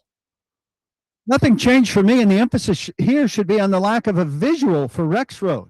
See, I know he could log into the Zoom link, and we could put his beautiful face on there too. Do you need me to do that, Paul? I mean, I like to look at people I'm talking to, but I'm fun. Just consider me the voice in your head. Well, why don't you put up a picture of Tic Tac Titans where my face would be? You know, just pretend you guys have had some good media to media, like sharing notes, being professionals together, asking questions at pressers together, et cetera, et cetera. Good times. Consistent about him. Here's what he did. He came in to Saleh's podium thing. He screamed the question.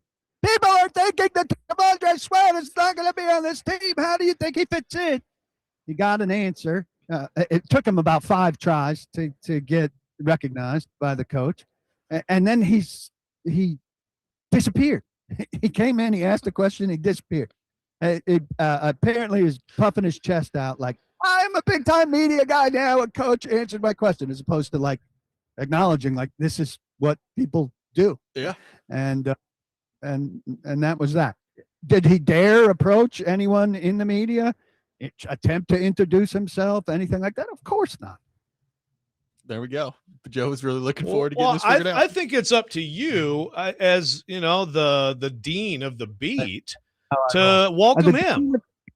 And the dean of the beat, you come and say hello, and then I take it from there. But when I was new on the beat in Oakland and then in Houston, I came into the room and I immediately went up to all the senior people and introduced myself, said, I'm happy to be here.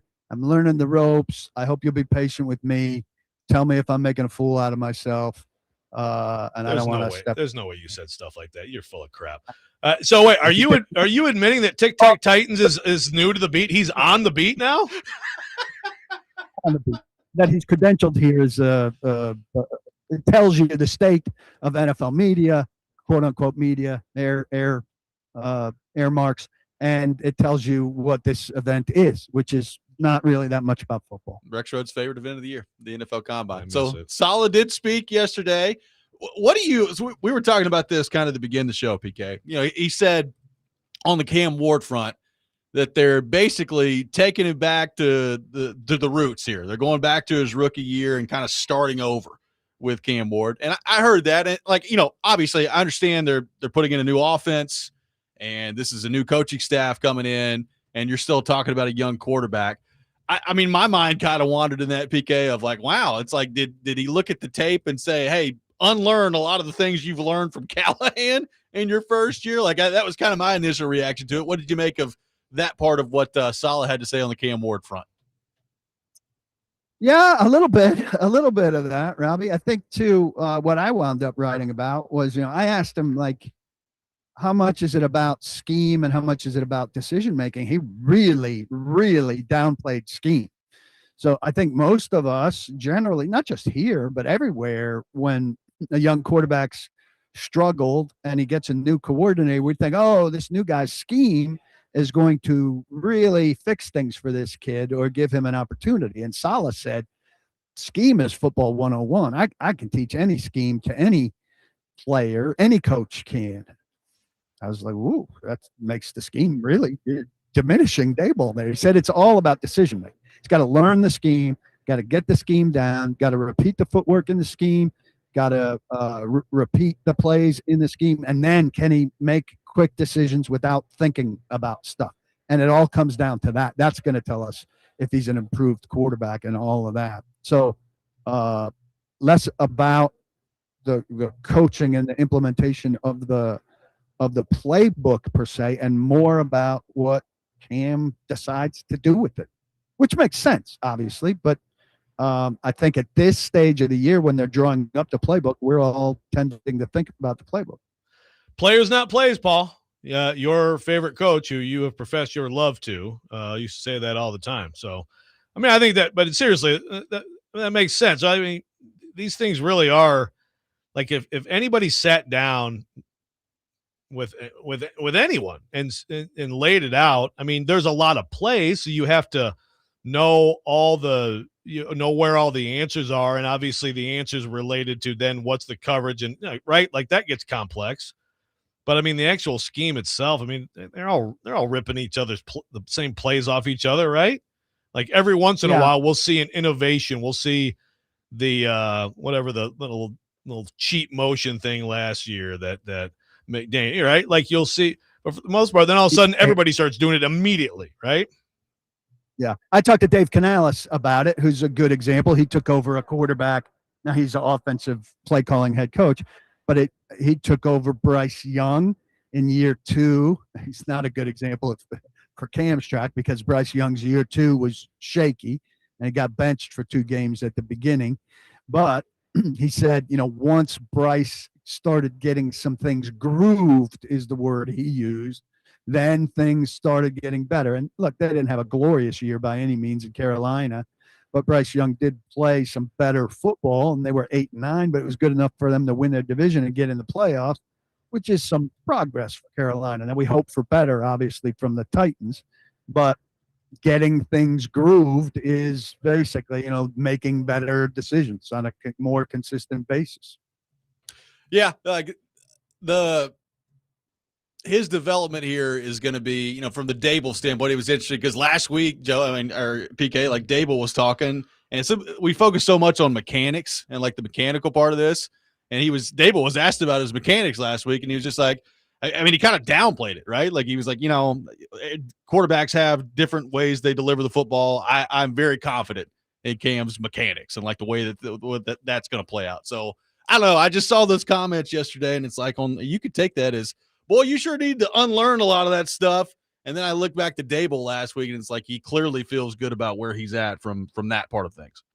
I think he probably feels good about it compared to some other people in a similar situation or whatever. I mean, he clearly has some mechanical stuff. So I think Dable was just being super positive about Cam. But he did contradict is too strong a word.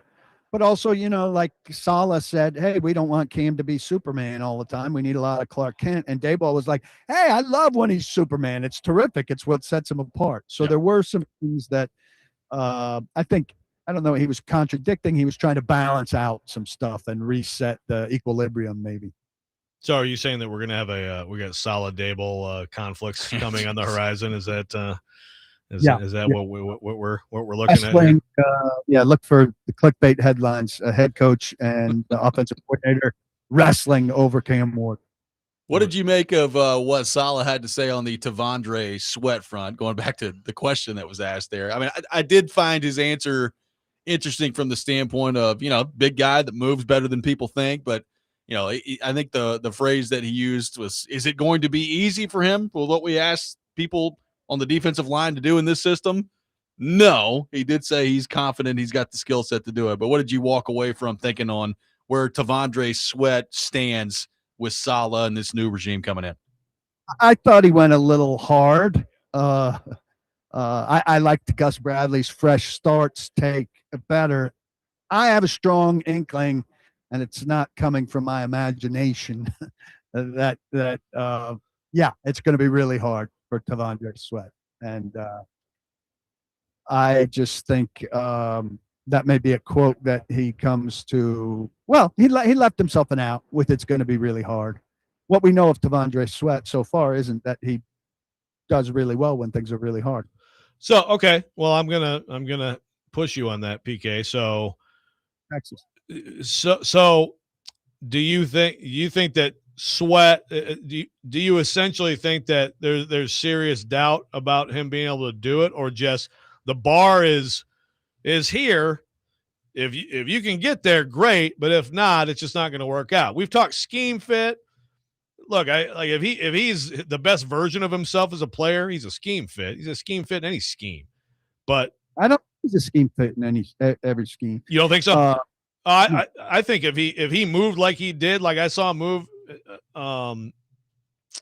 in his last year at Texas, I think now again, I think what he's been here is not a scheme fit.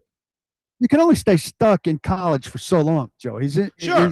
I'm just saying we've seen it though, but right. I'm just saying he's seen it in college. We haven't seen it in the pros. He doesn't penetrate in the pros. They need to penetrate with 4. I just don't think he's a scheme fit, and I don't think he is a particularly hard worker. Maybe he's got to come to Jesus moment, and he works his ass off to get himself in front of them in a way that I'm not expecting. But then, like Saleh said, he's still got to win it by doing the things that he needs to do. So, look, I'm on record. I think it's unlikely that he's here in the long run, but he's one of the most interesting stories of the offseason. And when you were showing me the bar, it would have been much more effective if you were on screen so I could see where the bar was with your hand, like people who are watching could see. Like, is the bar up here over my head? Is it even with my eyes? Is it down by my shoulder? But you insisting on being naked at home and not on screen is not helping me with visual cues. Well, the viewers are seeing me here in studio, actually, and I use my full arm length, which is, I think, longer than Ruben Bain's arms. You did miss earlier in the show, PK, where somebody was asking what your "don't block the box" saying means, and he talked about it was somebody blocking your mailbox is what he thought that phrase came from. I knew the answer. The mailbox. I gave the wrong answer. Don't block the mailbox. Also, we talked about why you need to lock the locks too. We did. We don't need to revisit that today. 615-737-1025 is our phone number. A lot more with PK to get into coming up next. Robby and Rexrode, 1025 The Game.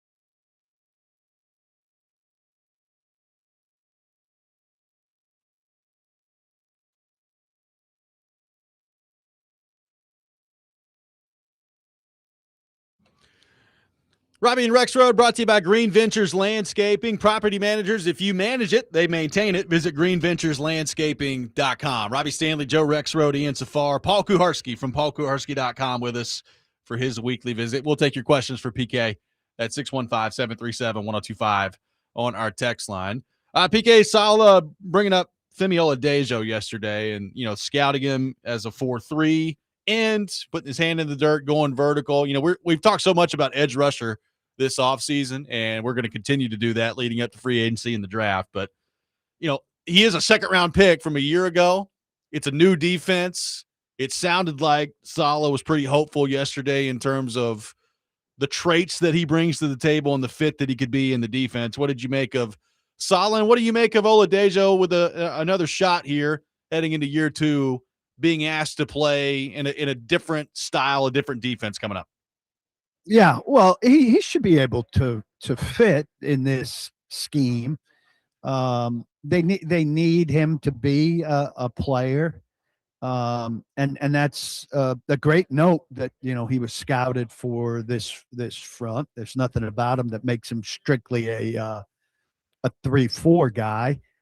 I think probably too much of like a sunken cost in terms of him impacting how I look at Arvell Reese, who spoke just a little while ago here, because he'd be another guy converting, and he's certainly a superior athlete to Femi Oladejo.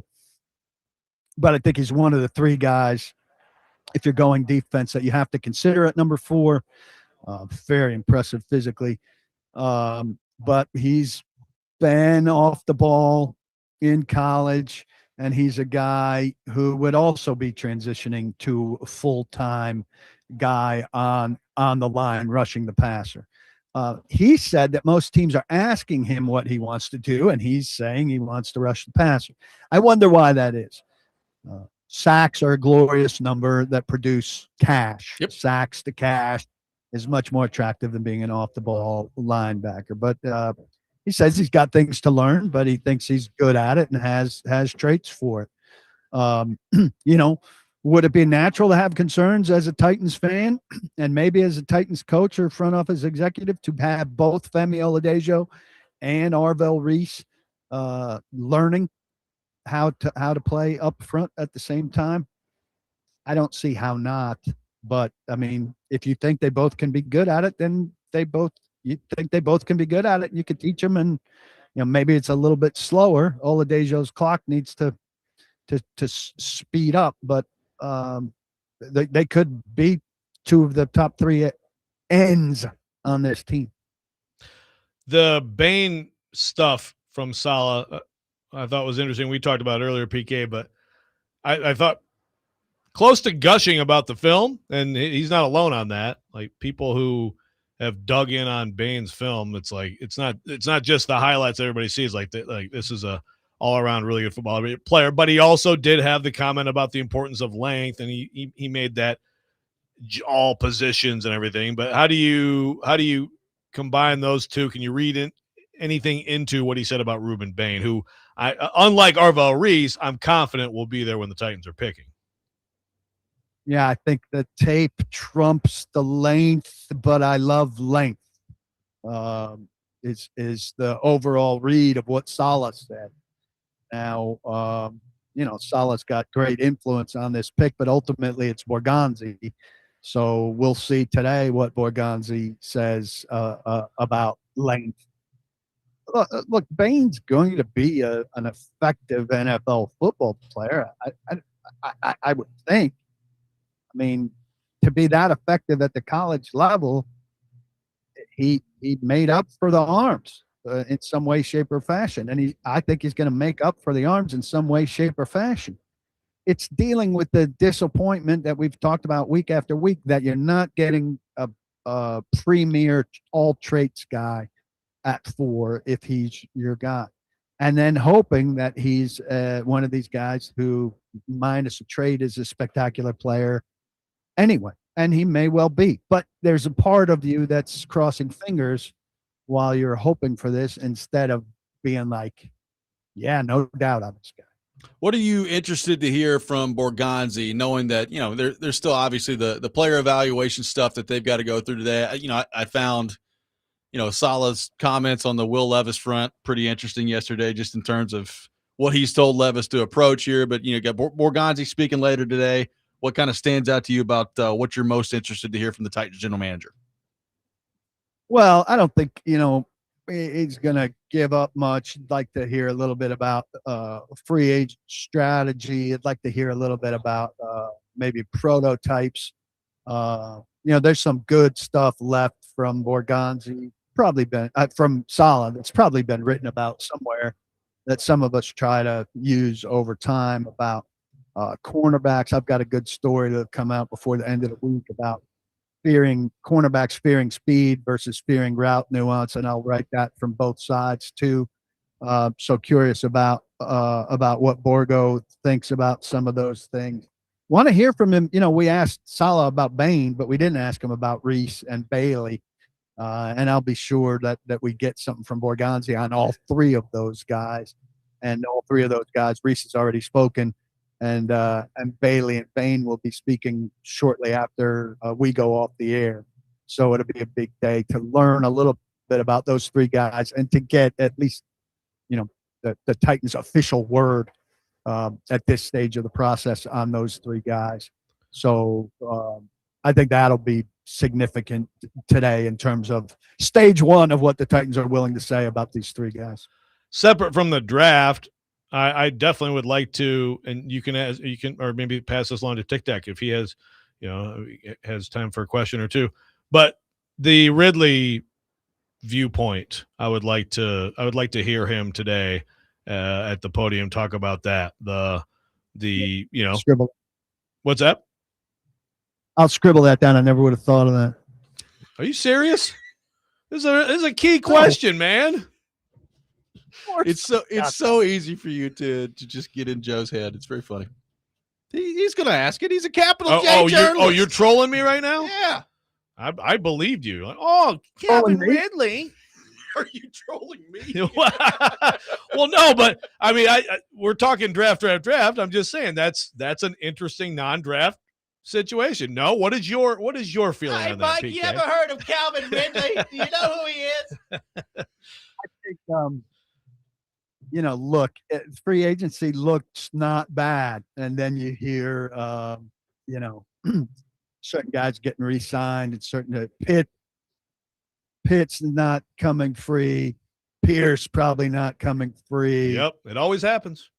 Yeah, right. And then all of a sudden it shrivels up and you're like, damn, there's not anything out there that gets me as excited as those top guys. And then you're like, well, Calvin Ridley can do some things. I think I said this with Braden Gall. Tell me if you guys agree. This is the theory more than anything for me, right? In this Perkins offense is more reliant on option routes.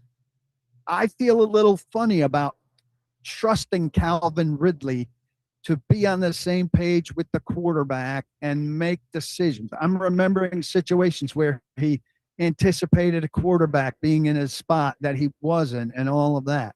Am I overreaching to think that Calvin Ridley in this kind of offense maybe isn't the best? Is that too much of a leap? I don't think so. I mean, the other part of this is, he's coming off a significant injury and he's 31, right? He'll be 32 in December. And look, you can blame the coaching, the previous coaching staff if you can want to. You can blame, I guess Will Levis in the first part of it if you want to. But the bottom line is, for whatever reason, it just takes Calvin Ridley a long time to get going too. That's the other thing. Like, the last 2 years, and even his first year in his year in Jacksonville. I mean, we had Duraco on a couple years ago, and he talked about that. Like, it takes him a while to get going, and frankly, you got another offense coming in. Is it going to take Ridley 8 weeks to get going again next year? Because I'm not really interested in that if I'm the Titans. That's true. No, I think with like Ridley and Pollard, it's in both cases. I'd rather see better players in their spots. It's just like, will they be able to get better players in their spots? If you keep them, it's hard to get the Titans fans to celebrate it because you're keeping them is conceding that you couldn't upgrade. And not being able to upgrade is bad. Right. So we're keeping Ridley because we couldn't get better. Right. And we're keeping Pop because we couldn't get better. That's going to be a bummer. Yeah, I don't think there's any doubt. 615-737-1025, our phone number. A lot more to get to with PK. More of your questions at 615-737-1025. Robby and Rexrode, 1025 The Game.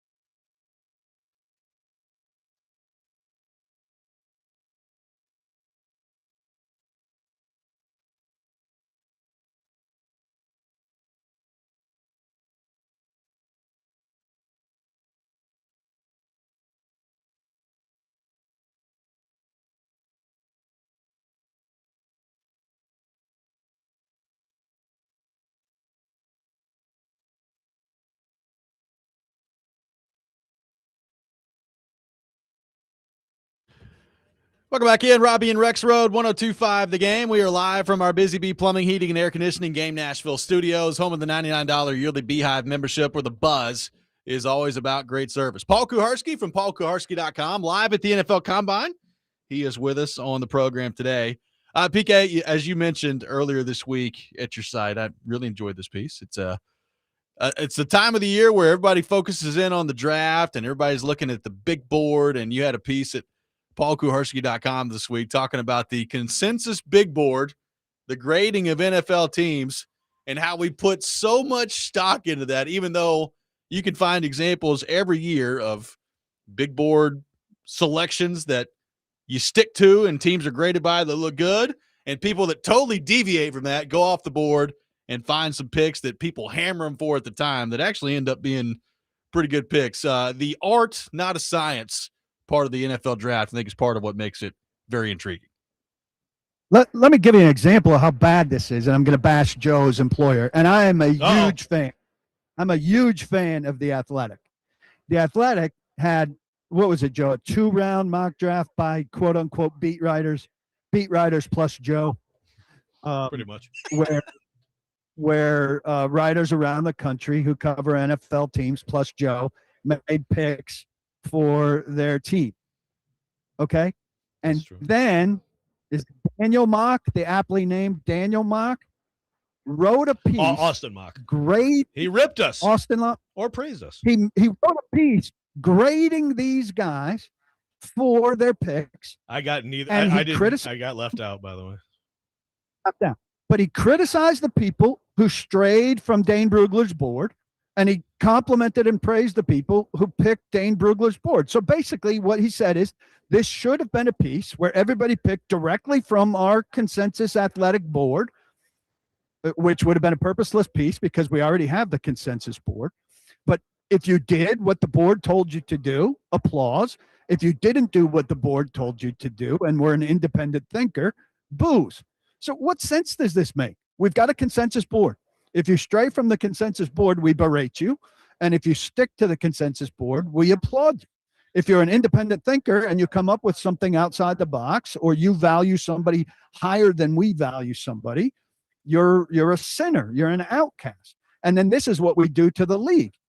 I'm not part of it, but big draft decides what the order is, with some insight from some insiders.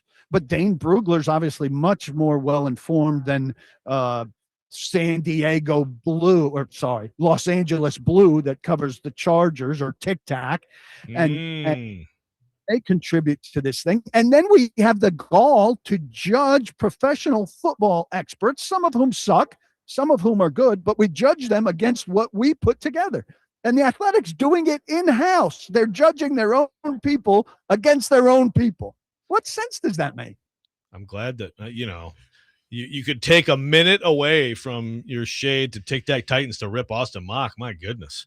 I don't know. I saw it. I was like, uh-oh. I clicked on it. I was like, geez, do I get ripped here?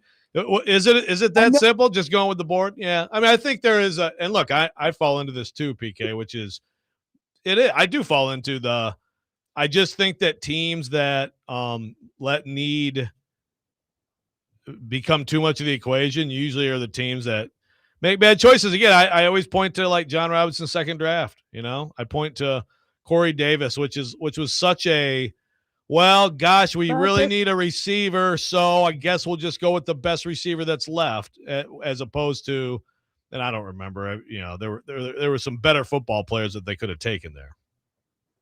And that pick surprised his room. Which is a weird thing.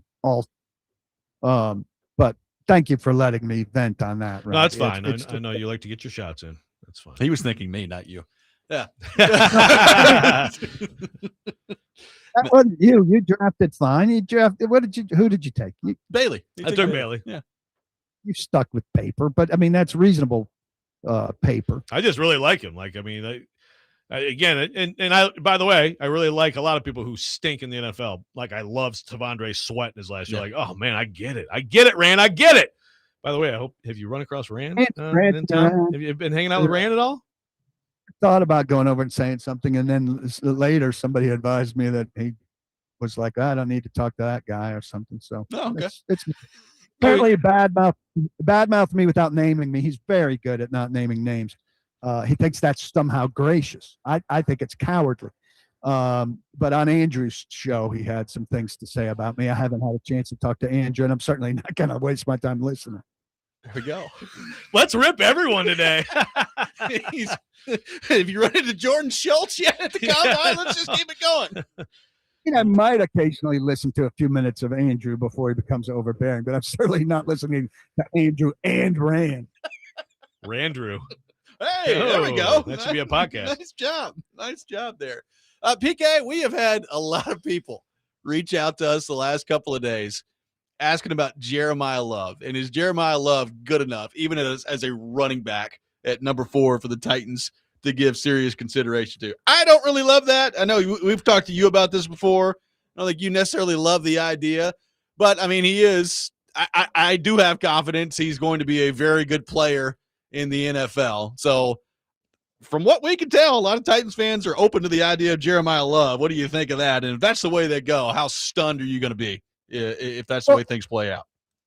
They grade him so fantastically well that it's a no-brainer board-wise, then okay. But look, the Raiders did this with Ashton Genty. We've only seen a year. He could be a very good back. They've done it twice, by the way, like the offensive darling who's too good to pass up in Genty and Bowers, and they're the worst team in the league. But they're getting as there. a result. Those two are going to be yeah. But what if those two end up being? Because I think Bauer's a good pick. Genty, yeah, I agree. We'll see. Terrible team last year. What if they both end up being great players? So the early returns, you don't fix your needs. You don't address things that are probably more pressing. But what if those guys are great for a team? Yeah, it's possible. Bijan Robinson has been in Atlanta longer. They've had time to build around him and haven't. So, I mean, and the GM has been fired. The first coach, 2 coaches have been fired. He's a great player, but well, yeah. When you do things like sign Kirk Cousins for what you did, and then and then you draft his replacement when you should have taken a good football player to help him win. That's what happens, right? I mean, Bijan Robinson was a great pick. Can we all agree on that? Sure. I think he's a great pick. I'm saying when you go that direction, 2 teams have gone that direction recently, and it hasn't turned a franchise. Because sometimes you can't overcome your overall incompetence, which is what, of course, in this town we're hoping does not continue to be a story for the Titans. This team has to overcome its incompetence, and I don't know if Jeremiah Love is the route to do that. I also don't know. I mean, is he as good or better than those 2 guys?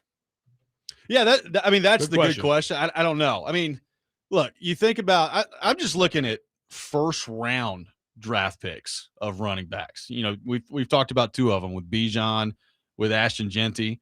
I mean, Saquon was a good pick from the Giants, but they never won anything with Saquon. Clyde Edwards-Helaire was technically first round. I think he was 32nd overall. That's kind of different. Yeah. But like Najee Harris, Leonard Fournette. Gibbs was a good one for the Gibbs Lions. is a good one for the Lions. Like, you can find those guys that come in and make big time impacts. But Saquon won a Super Bowl. It wasn't with the team that drafted him, right? Yeah, but at least the player was like legit that good. Right. And I think Bijan Robinson is legit that good. I don't know on Genty. And Love, to me, if there's going to be any real possibility here, then he's got to be like that level. He's got to be Barkley, Bijan type guy, right? I don't know if he is. Great player in college. Yeah, I don't know if he is either. I could see a rationale for taking him.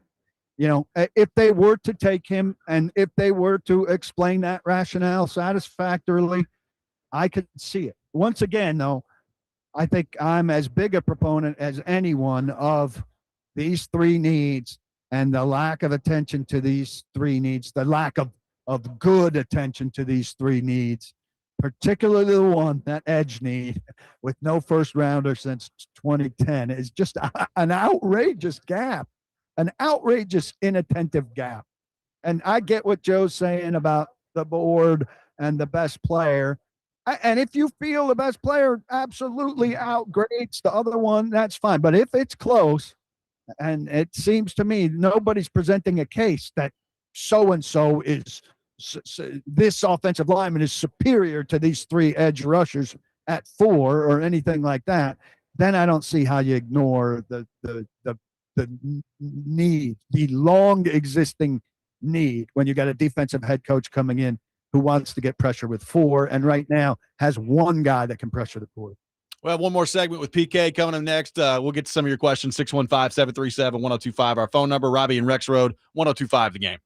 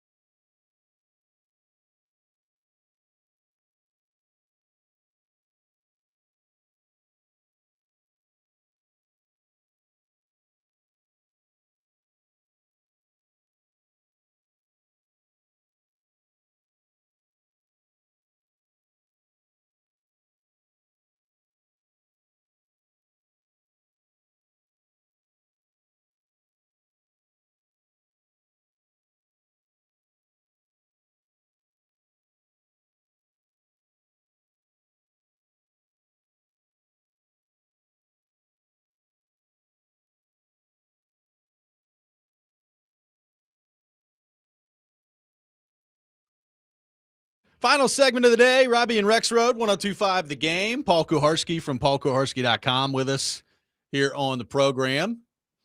PK, people wondering how open you would be to trading out at number 4, given that there could be a possibility to do that, even though you'd be passing on potentially an elite player at number 4 overall. I think it'd be hard to trade down. But I think if you could trade down and end up with one of those 3 defenders, if you could trade down and end up with Bain or Bailey, which I think you could, 6 or 8. One of them's getting to 6 or 8, aren't they? I would think so. Yeah. I mean, if you could Probably 6 Bain, or 8, but yeah, who knows? I'd take Bain at 6 or 8 and be pretty happy about it.